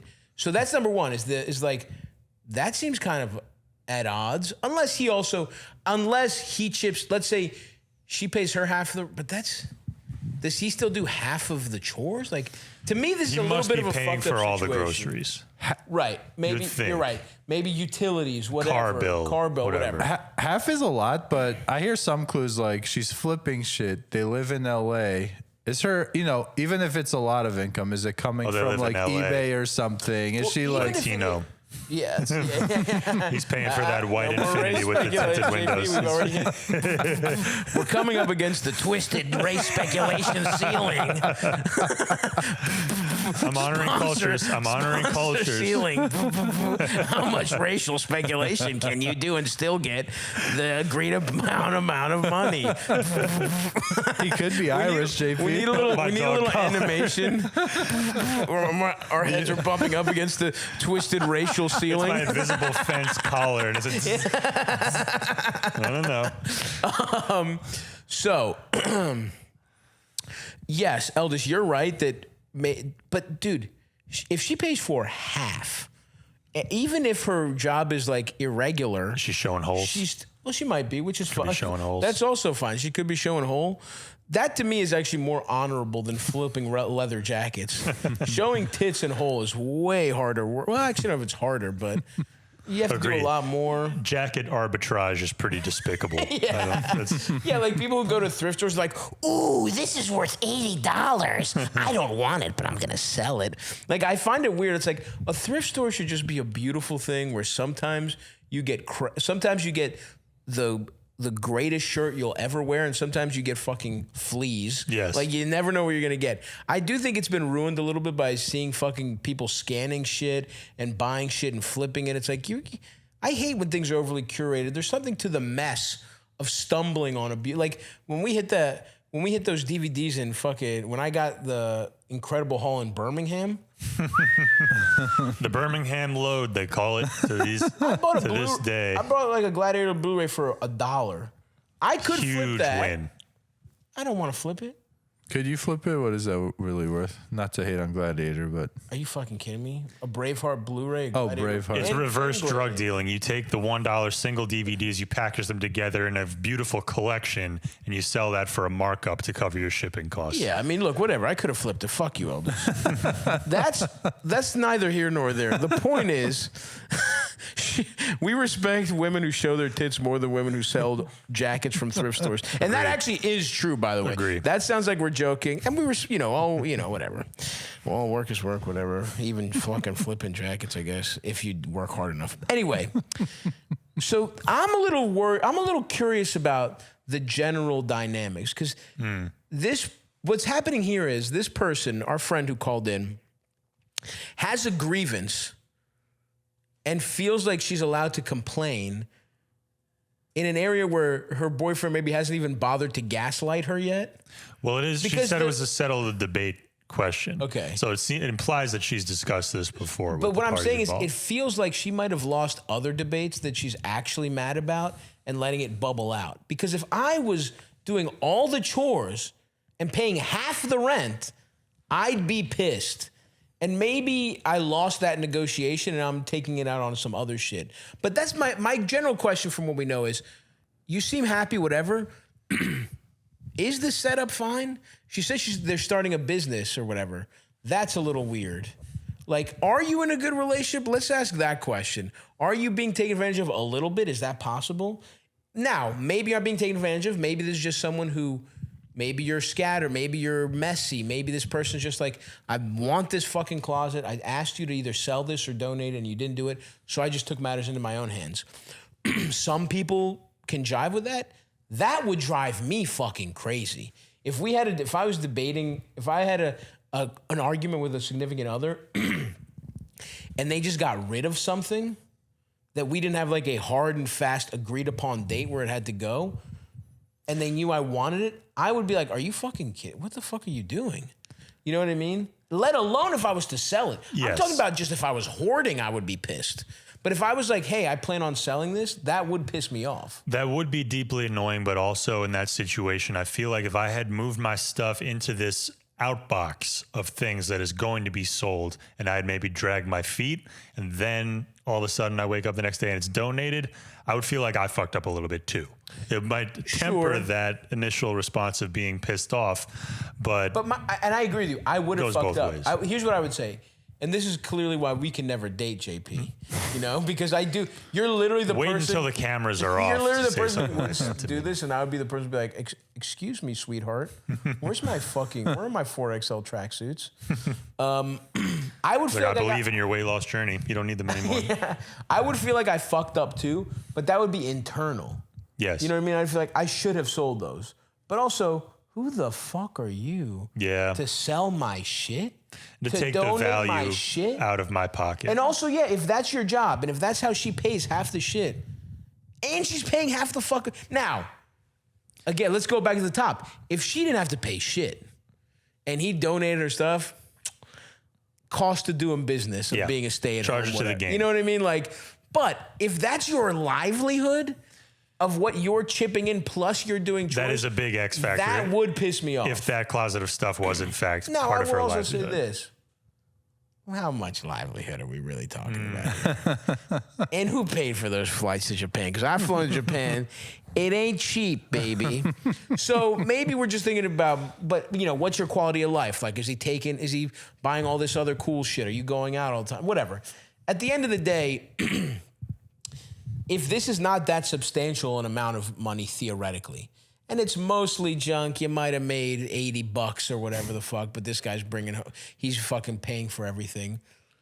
It's annoying, and you should have a conversation about it. And that's the other thing I'm unclear of. How much discussion have they had? Because she's saying settle a debate, but it doesn't even feel like she's had the initial conversation with him from what I'm hearing. Maybe I'm missing stuff. Did I miss something, Eldis? No. Okay. So it feels like it's just something that's festering. She seems to have brought it up, right? Or did she not bring it up at all? I got the Kinda, sense that she had brought it up. I think so, but she doesn't really go into many specifics here. So look, I say you can talk about it, and you can also, it's okay for you to draw a boundary, by the way, and be like, hey, this is my fucking livelihood. And again, be realistic. Do you make actual money off this? But even if you don't, right? This is just your relationship. Your partner, you should feel like they respect you. And if you're feeling disrespected by the fact that they just threw away your shit or donate, I mean, he says he donated it. Go check the fucking dumpster behind your apartment complex. Yeah. I got a hunch you might find those fringe jean jackets there. But anyway, it's just disrespect. I'm speaking as someone who is hoarding in his family and who I think I have the tendency to like collect shit. And I could see a significant other hating the fact that I just have this box that I don't get rid of. If they were to have a conversation with me and talk to me about it, and they're like, I'm just going to, if you don't do something in a week or whatever, I'm going to donate this. That's different than if I wake up one day and it's just gone. That, and maybe that's control. Those are my own psychological things, whatever. But at the end of the day, your partner cannot do shit that drives you fucking crazy. And you at least have to understand, maybe he had the exact opposite issues, right? Where it's like he grew up in a really messy family and it drove him crazy, so he keeps it too neat. Either way, you got to come to a consensus. It can't just feel like they're steamrolling your thoughts and dreams for their bullshit. I think they can come to common ground if they sit down together and enjoy a twisted tea with each other. I Perhaps agree. she could have, the original, which is delicious. Maybe he has or peach. Imbibe they in the could have- sacrament. Mix them together in a little cup. I See think how that's the a flavor great tastes. way to look at it, Eldis. Wow. Yeah. Have you thought about cracking an ice cold Twisted tea. And maybe here's the compromise. you keep your money, but you buy Twisted Tea for the whole family. Ooh, that's a great You know, idea. you're allowed to something he'll keep your never little throw out. shop, and maybe he has a couple Twisted Teas that are brewed with real iced tea and are 5% alcohol by volume. That sounds delicious. And it's delicious, and it's the perfect drink whether you're outside at a barbecue or inside, enjoying a film together. Whatever it is. The beverage that eases marital disputes. The Twisted alcoholic tea. beverage. When you're having a heated argument with a loved one, Drink it shove the over. Twisted Tea, you fucking bitch. Great point, Elders. So anyway, keep all that in mind. Yeah, give yourself the applause, man. I know you want to. I was gonna. Oh, you're gonna keep it twisted. Keep it twisted. How did you get just the last part of that fucking word? I thought I changed that setting on the fucking Okay, machine, whatever. But yeah, ultimately, where do we land on this? Is My thing was, you reminded me that my very similar thing with this when I moved in with my girlfriend was I had all these like bins of my stuff, random miscellany, and it was taking up a lot of room in our apartment. Room was at a premium, and she asked me like, can you go through these bins and get rid of them? And I kind of dragged my feet doing that, and she very patiently said, can you do this again? And I ultimately did it. But if one day all my stuff from those bins had been gone, I would have been pissed. You would have been pissed. But it also, you would have had, if she did it multiple times, she talked to you about it. And that's different than what it seems like this motherfucker just threw the shit away, right? It's dependent on how much you've talked about it and what you said about it. And look, maybe we're getting your side of the story and this motherfucker's asked you every day for fucking 2 years to do it, right? But if this is just kind of quick, whatever. She said it was the closet. It's my office. I'm on Zoom calls looking like an asshole with fucking headless Barbie dolls behind me. No. So yeah, look, at the end of the day, it comes down to what we always say is, let's have a fucking conversation about this. This clearly bothers our friend here. And you have to figure out why that bothers you so much. What is it? Is it the fact that he feels like he's not listening? Is it the fact that he doesn't think the way you earn your money, he sees it as a little hobby, he doesn't respect it? Is it the fact that you just don't like feeling controlled?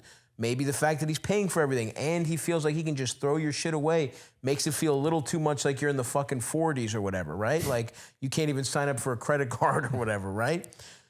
I don't know what it is. You have to search your feelings, but whatever it is, understand that, bring that context into this discussion, and then have that talk where it's like, hey, I really don't appreciate you doing this. And if you're going to do this, and maybe I can be too messy, whatever, we have to institute some kind of like conversation, then a 1 week buffer rule, and then you're allowed to do it and I won't get mad. You know what I mean? Whatever it is. But this, like most of our questions, the answers are one or two. Have a conversation where you really speak your feelings and feel heard and respected and maybe grow closer, or crack open a pair of ice cold Twisted Teas and don't forget to keep it twisted.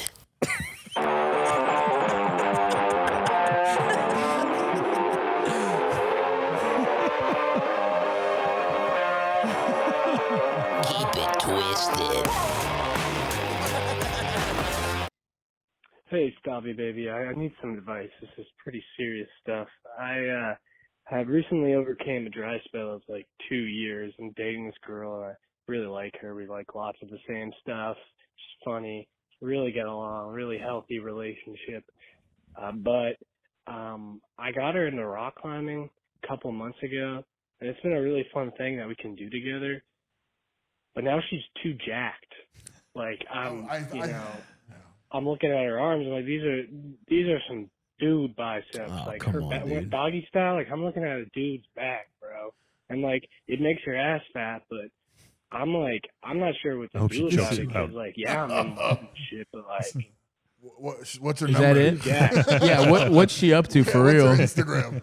I'll let her fucking. She takes the little chalk bag and fucking rubs her hands before she jacks You me did off. not call the right podcast for this question. No, you called the wrong show, bro. Dude, I'm trying to carabine into that pussy. We're not going to sit here and be like, yeah, jacked people are disgusting. I thought he was going to say something along the lines of her grip is too much now. Right, Yeah. which maybe some calluses, maybe that doesn't feel And there's good. a communication when that's thing. going you in your gotta ass. tell her, like, you hey, know, maybe. But worrying that she's got like definition in her back and biceps.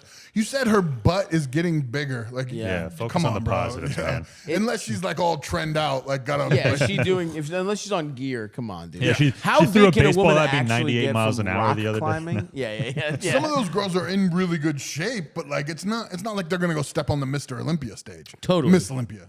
And is that's Is what there I? a Mrs. Olympia? By the way, Miss. By the way, Elders, could you have gotten a smaller speaker? This fucking, I'll just buy a bigger one, you piece of shit. That's the biggest. Oh, hold on. No, sorry. Go ahead. Okay, I'm sorry. I think I figured out how to turn the volume up on that. No problem, man. It's not a critical portion of the show. It's set up different from the one at home, man.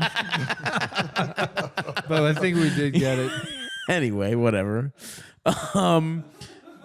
Is that the end of it? Are we allowed to just say we fucking hate the person calling? Yeah, so far we hate him. You lost me, bro. We're I'm gonna let sorry. him finish. He's not gonna say anything that's gonna exonerate him, but let's at least let him finish. She's too jacked.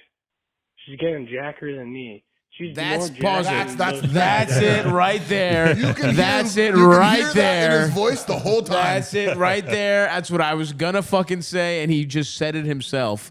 Come on, dude. I'm looking at the speaker like it's him. You gotta stop. Stop what you're doing, you fucking small anchor speaker, Bluetooth speaker. Yeah, I mean, that's really what it comes down to. You know, we're on the record here. I think it's cool when a girl is jacked, that when she's strong. Obviously, I'm interested in fucking all types of women, from the jacked to the pleasantly plump. I'm gonna hook. I haven't told him yet, but I'm gonna hook Stavvy up. Oh, dude, that's actually so That's sick. my will well Please right don't. Please don't joke about stuff like this.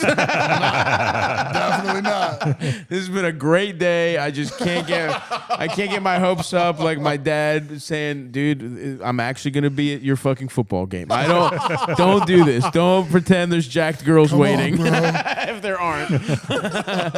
So anyway, he said everything he needed to say. Yeah. She's getting jackter than me. She's I don't probably have nothing better. nice to say Yeah, about this guy right now. You're being a bitch, dude. You're being you're engaging in top level little dickery right now. You don't have to take this as like you suck forever, but take it as three guys telling you suck it up, or like you gotta check yourself, homie. Like you need to check yourself. Are you actually? Because it doesn't even sound like it. Literally sounds like sour grapes because he's upset. She's bigger than me now. And so it's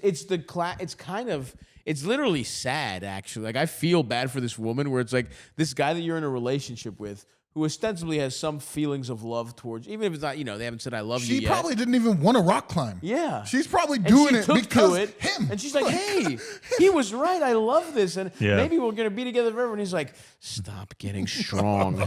Stop being. And then it's like, because she's better at something than him, he's like, and you know what? She's ugly now. I mean, that's the most classic misogynist thing to Yeah. do is be like, well, now she's not fuckable. It's definitely not that I feel emasculated. Yeah, it's it's such that she's weak gross. shit. Ugh. And it's like, you don't get ugly because you fucking do like 3 months of rock climb. You don't get jacked enough. Like, look, am I here to say that, like, look, everybody likes different stuff. Is there a moment where somebody you're with transforms their body to such an extent that you don't find them attractive anymore? Sure, that can happen. A little bit of rock climbing doesn't seem like you're on that threshold. This is so much more to me psychological about this guy.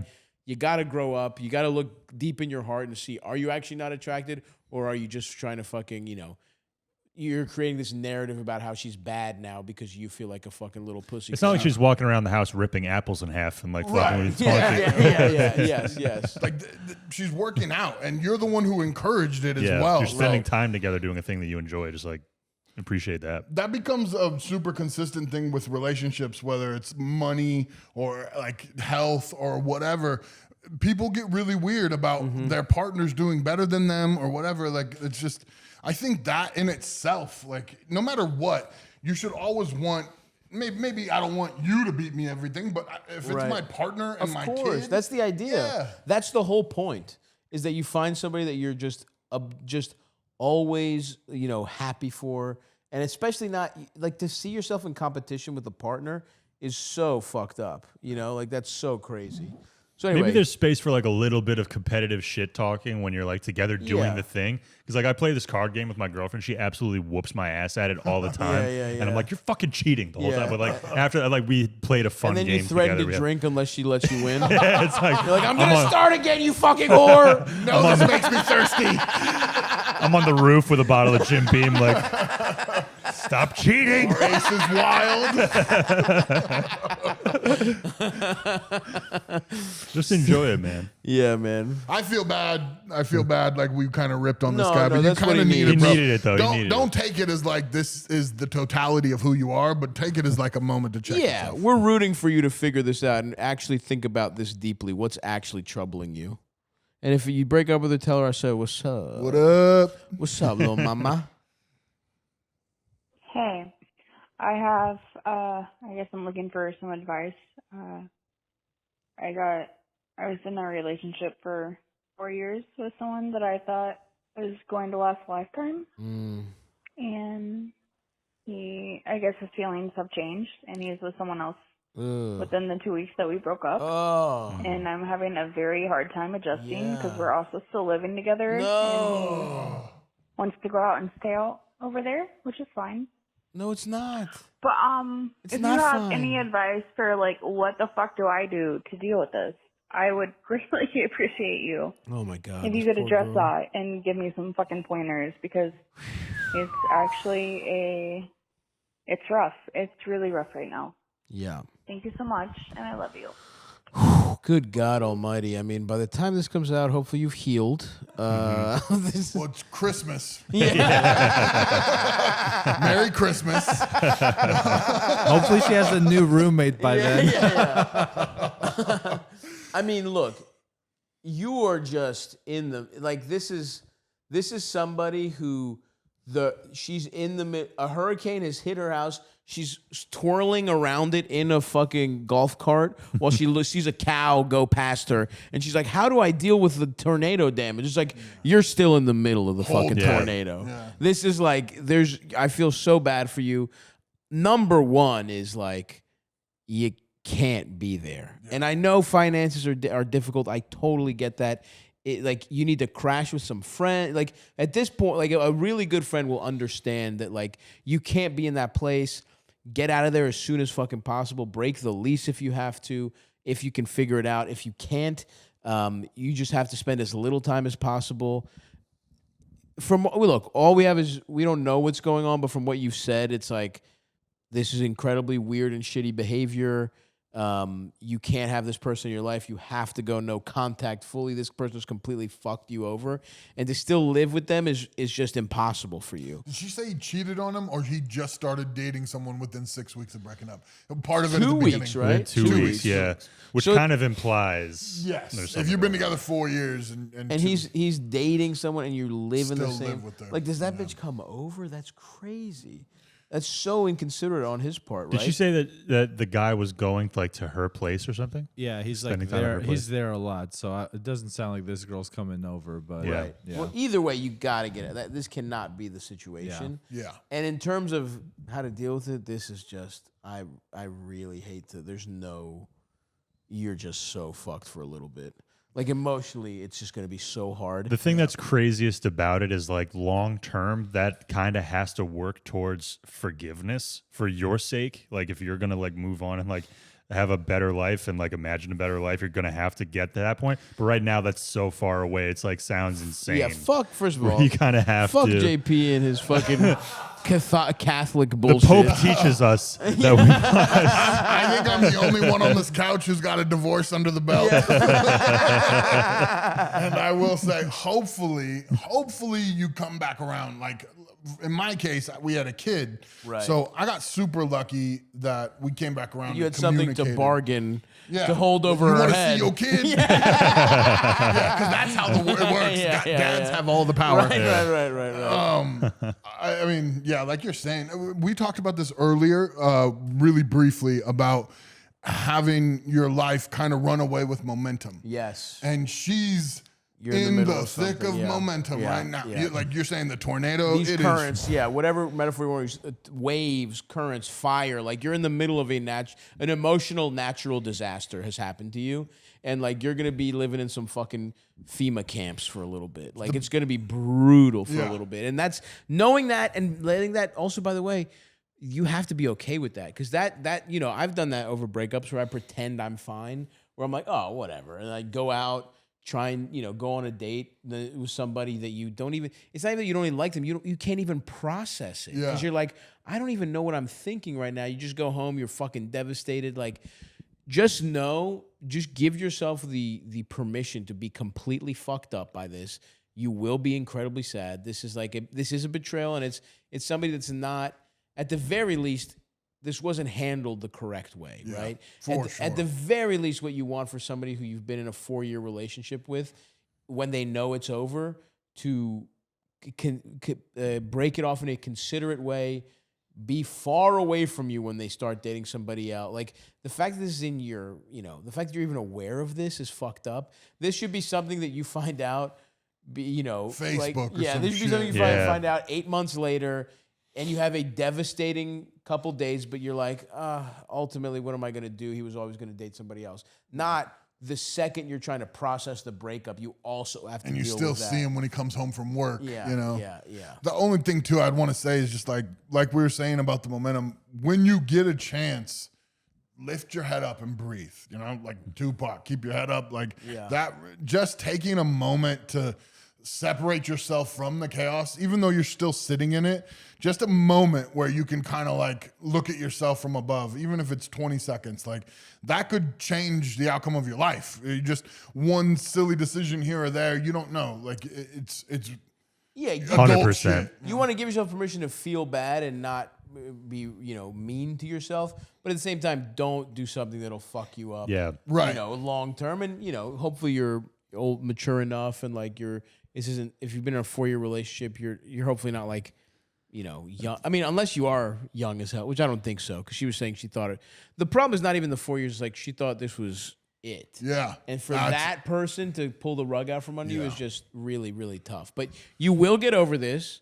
It will take too long. Like you won't feel good for at least a minimum a year, to be honest with you. Yeah. And then it's like, and then you just have to rebuild. Like fucked up things happen to people.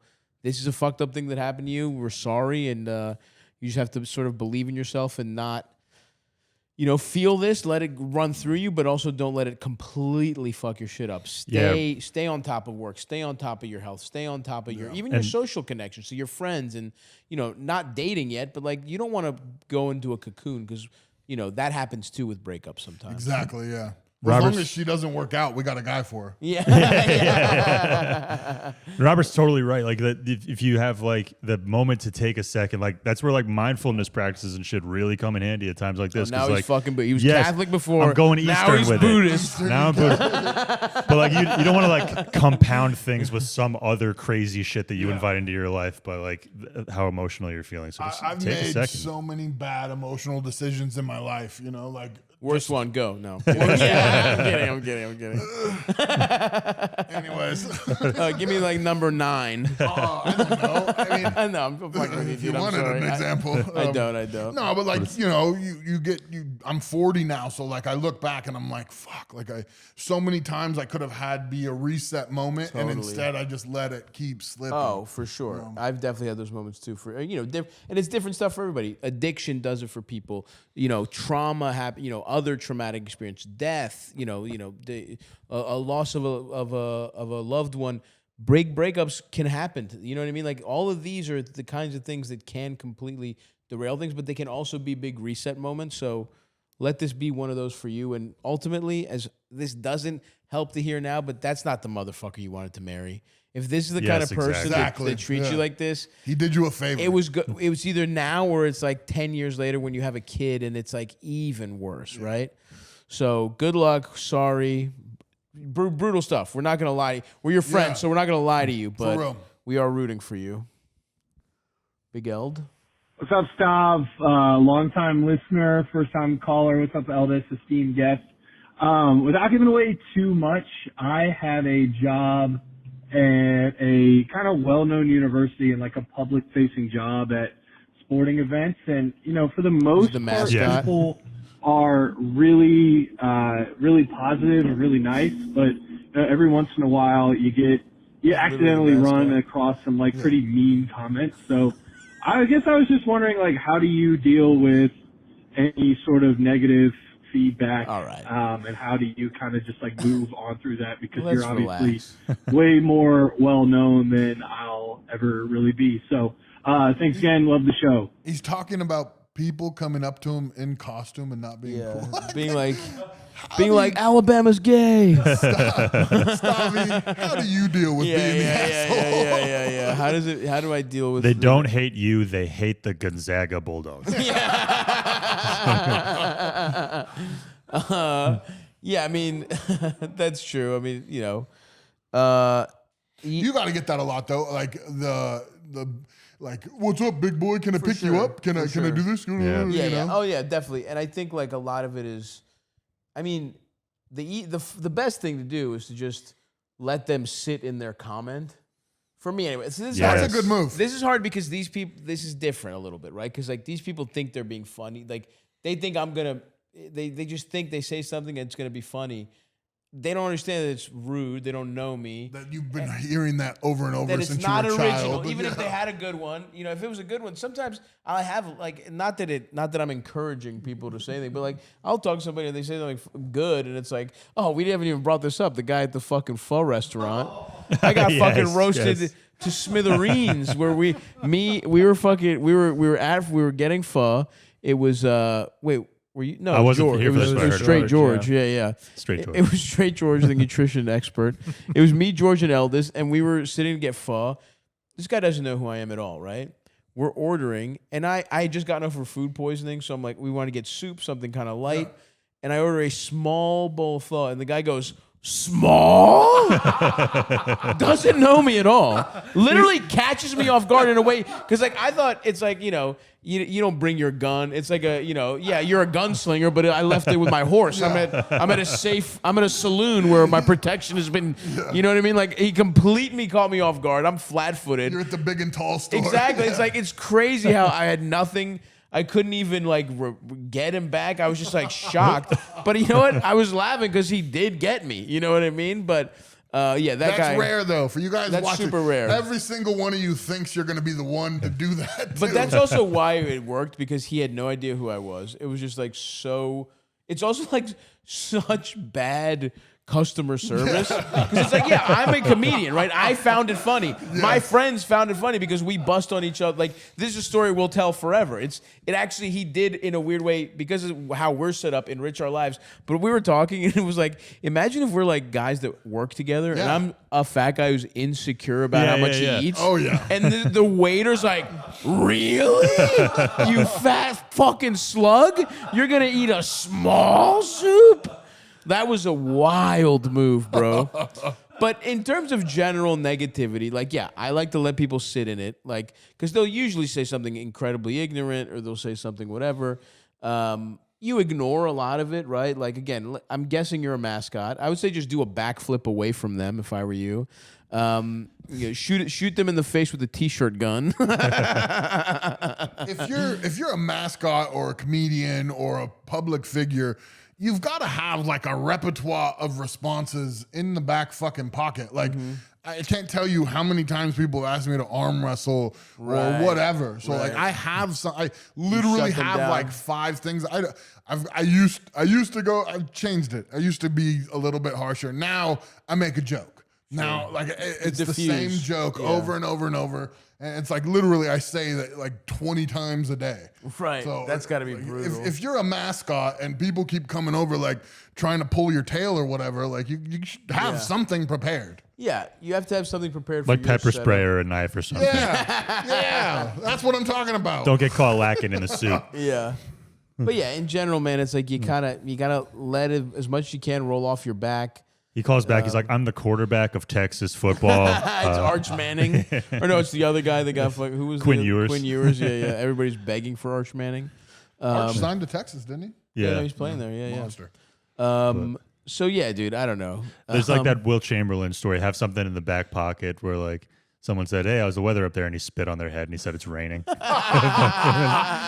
a savage. I just saw him compete. Like he did like a track and field thing. Yeah. And destroyed it. It's Yeah. so crazy. Like watching a guy who's like Barely all trained for it. legs, like, Yeah. just the way he moved, man. Did the Oh. high jump like And 8 this feet is or obviously something. an old video. He's dead, right? Yeah. No, I think he's still alive, No, right? Is no, Will? he died Will's like dead. like 15 years ago, but he had like a cap on and he was like he did the high jump with no training and did like jumped 8 feet, into no hay. problem. Like they Insane. they jump with their stomach towards the bar. He used to and lift with land on a Arnold. little hay. He lifted with Arnold. Arnold said it was one of the seen it. strongest athletes he's ever seen. I saw him. He did Conan. Like he was in one of the Conans. Yes, Yeah, yes. Conan the Barbarian. And there's a very famous photo with Arnold, Andre the Giant, who was my hero growing up, and it's not Kareem Abdul-Jabbar. It's Will Chamberlain. No, it's Yeah. definitely Will. Is it- yeah, it's yeah. not- Yeah, In he's with- Conan, I'm pretty sure it's Will. Okay, yeah. Will was the one that was Kareem in was Bruce in Lee's movie, Kareem, right? Yeah, Kareem was in Bruce. No, Lee. Kareem was. was in Bruce Lee. Wilt was in Conan. Conan. Okay. I'm pretty sure. Yeah, because Arnold has a story about working with Wilt and like Wilt was going to jump off a thing and Arnold was like, and then Wilt, he said to me, "Arnold, here I am coming," and then he jumped off the cliff or something. Like, Yeah. But he said like he was a fucking beast athlete. Like he'd work out with the Gold's Gym guys and just at like age 50. Magic Johnson's in Gold's Gym Venice, Really? like 5 times a week, kicking ass. Damn. Still, That's awesome. I still haven't had the balls to go up to him, but I want to. Like I see him, I geek out a little Of bit. course. He was one of my favorites. It's cool. Yeah, he But is in insane shape for Still, you know, like being old, having HIV, the whole thing. Yeah, I don't Yeah. think I don't like he's got like literally no. Yeah, HIV. it's untraceable at this point, which is fucking wild. Yeah. That is cool. Salute to science for making HIV. Like, making it, good job, yeah. Science and money, baby. Yeah. Oh, did you know that? You must know since Andre the Giant is your hero because it just struck me like you were a theater kid and then you became a gigantic strongman. You know, Andre the Giant was like when he was a kid, he would get driven to school by Samuel Beckett, the playwright. Like they were friends. No, I didn't know that. He was like 15. He was this gigantic kid, and like they just Wow. struck up a friendship together. They lived in like the Is same. that true? Yeah, 'Cause they lived I in read like. that and I thought it was like one of those internet hoax articles. Well, I choose to believe. Yeah, But yeah. No, was, it sounds right. He lived on like a didn't farm do or the- something. Yeah. I just didn't do the research. It just sounded so cool that I was like, that's fucking awesome. Yeah. No, I freaking loved Andre. Like Princess Bride was one of my favorites. Like people throw around the word legend a lot, but like that's a fucking legend in every for sure. aspect. The amount he could drink. I went and hung out. We're doing interview stuff. So Go. Okay, so I hung out. crazy, I hung out with Roddy Piper Hell yeah. 2 Nice. months before he passed. I was at a baseball game in Pennsylvania, and he was so fucking cool. Like the coolest dude. Hung out with us for like hours, like just super cool. And the whole time he was just like, "Don't ever be a wrestler, man. Don't ever be a wrestler, man." Like just begging me. And then he kept telling me all these stories about Andre and all this stuff. He was telling me the story, and I think I'd heard it on a podcast somewhere. Someone else told it. But they were on a flight, and Andre obviously didn't fit in bathrooms on a flight. So they were flying, and I think it was an overseas flight. And so what they had to do was they just took like a clear tarp, and they put it all through the cockpit part where they make the food and everything. They covered that in the tarp, and Roddy had to hold Andre's hands while he leaned back over the tarp and just shit all around. He's in a deep And squat. Then they wrapped that up, and then they put that there on the plane for the rest of the flight. Insane. Eldest is gonna do that in the tour bus. Take notes, Eldest. That's Eldest's idea on the tour bus. Yeah, we've been talking a lot about the tour. That's been like the extent of my tour managing. Just really worried about where we can shit, when we'll he's shit. asked so many Can I shitting shit on the questions. bus? That's What driver happened. explicitly told him no shitting on the bus. That's the rule, you know. Yeah, trust me, that's the fucking rule. I had a call with him. He was like, "You can't shit on the bus, you know." I was like, "Yeah, we've been talking about You can it." tell from your He voice. saw your photos. No shitting I was on like- the bus. That guy's suspect number one. We need like an emergency bin full of like those Glade scent bombs or something just in case of an emergency. All right. Well, yeah. Fuck that guy. Got another question, Eldest? It's getting late. We got to start. We got to get high and watch Friday after Yeah, next. we got urgent business. So we'll do maybe 2 more. Hey, Eldest. Hey, Stav. For some background, I'm a young woman. I'm in my early 20s, and I really like having sex. Nice. But a problem I've kind of run into, or that's manifested, is that I feel like I don't always contribute enough into like the physical actions of it. Like it feels more like I'm getting fucked, and like ideally we should be fucking each other. Interesting. And so I'm seeking advice on how to engage more and be exciting. Some other background, I'm a fat woman, so I feel like that sometimes limits the range of things. But also, I feel like that's not a great excuse because, like, Sure. in my experience, that doesn't affect fat men as much. So I don't know if it's a mental I've thing, seen but big I girls don't work. think that's the biggest issue going on. Additionally, things are covered in the head department. Don't need advice there. Well, One of the most redeeming factors of the overall experience, I guess. that's huge. But Well, has that otherwise, ever yeah, I been- could use some moves and some advice. What do you guys like? Thanks. Have you ever told, like, literally in real life, have you ever honestly told a girl anything but that she was amazing at head?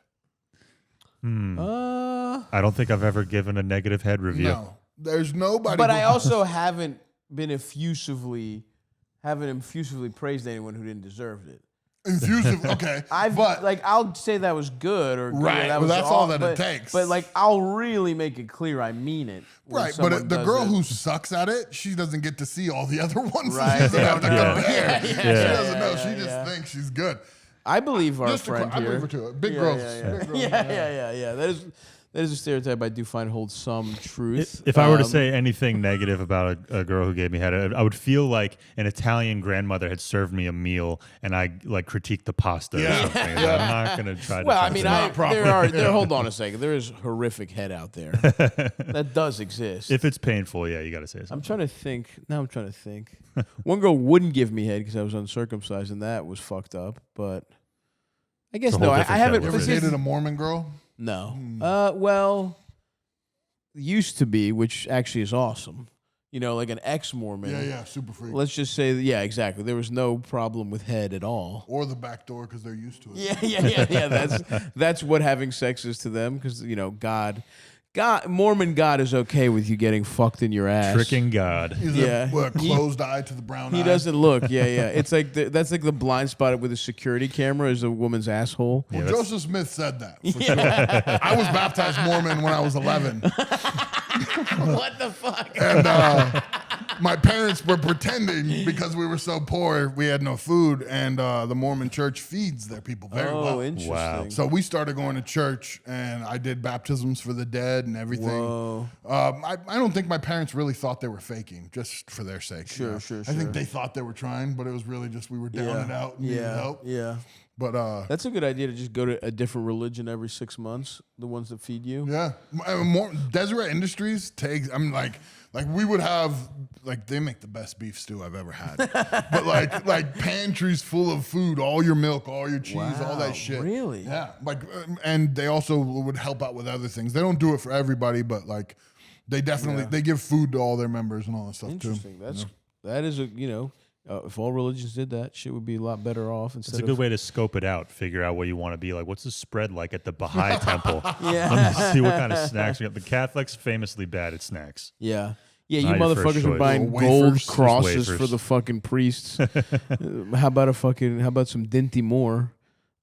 Anyway, back to our friend. What was her issue again? I know she feels like she's not doing doing enough the to work, fuck. yeah. Now, I would say if you're going crazy with head, that's good. I mean, that's a great place to start. In terms of the actual coitus here, what do you really want to do? You just don't want to you don't want to be a passive participant. I mean, then ride some dick, I think, is the number one maneuver. Do the kind of like, and if you're a bigger girl, I get that. You know, I'm doing body weight squats. My knees hurt.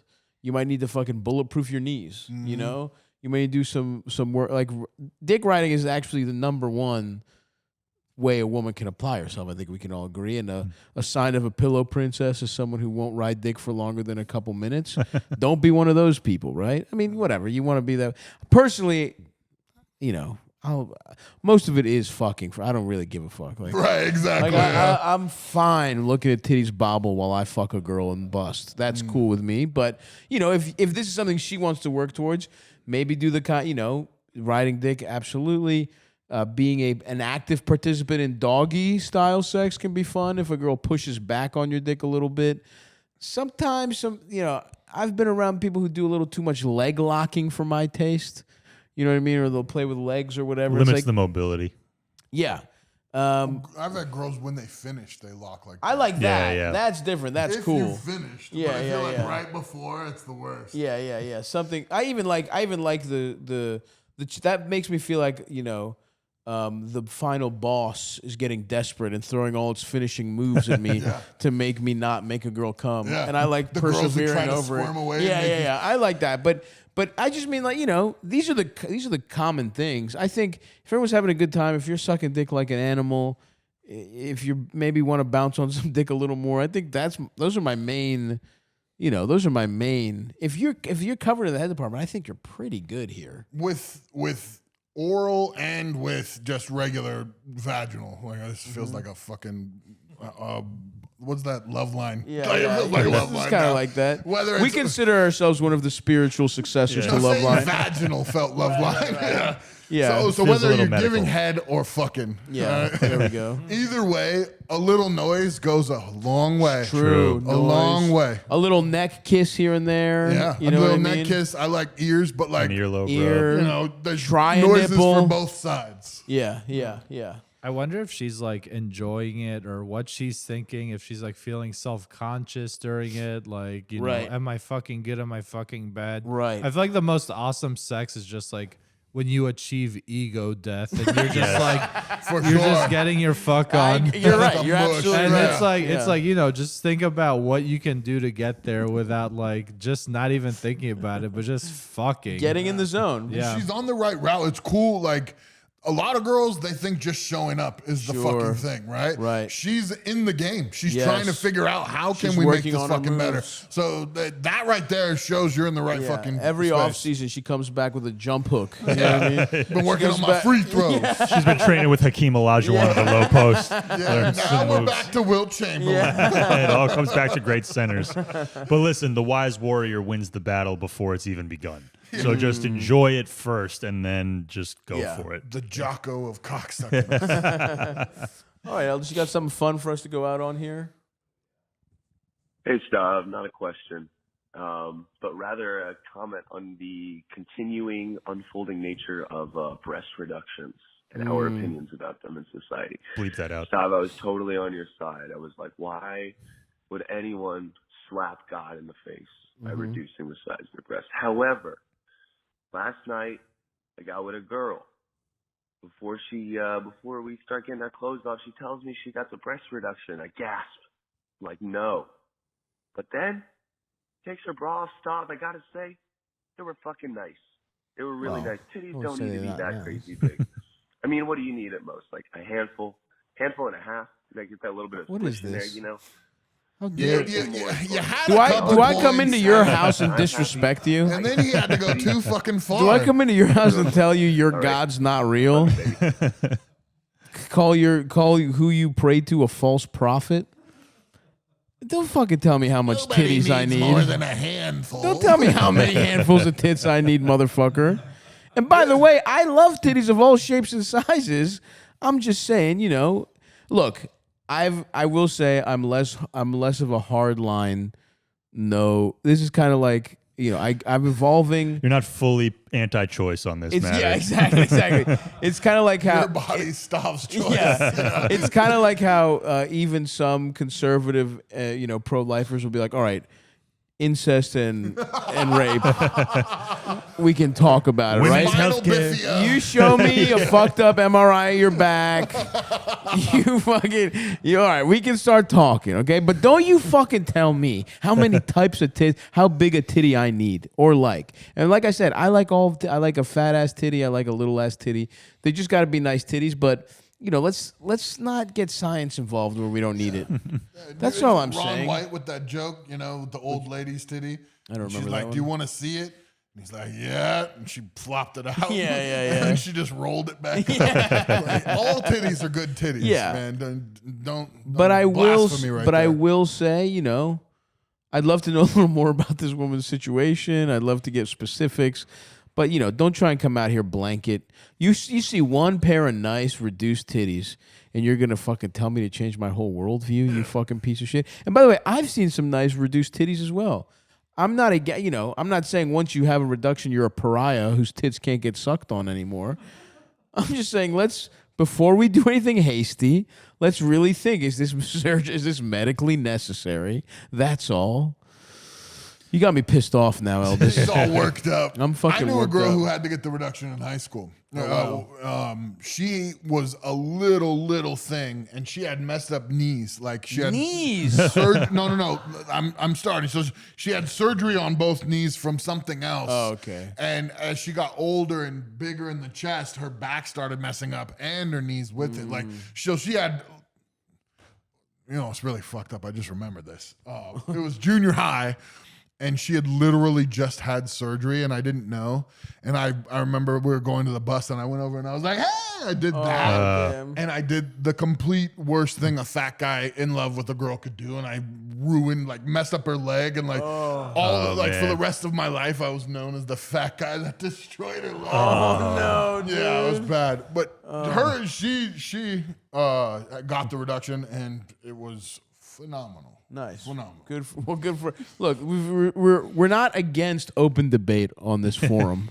Okay, so we'll hear your opposing. Like if a takes. woman lives in a 5th floor walk up, sure, let her Right. get the reduction. Yeah. She's killing herself. But I want to see, paperwork. See 6 months of you going to open houses and seeing apartments. Pilates. Yeah. Are you trying to naturally bolster? Yeah, before we just need to. You need to see a doctor. Yeah. This is my most conservative. This is my most conservative take.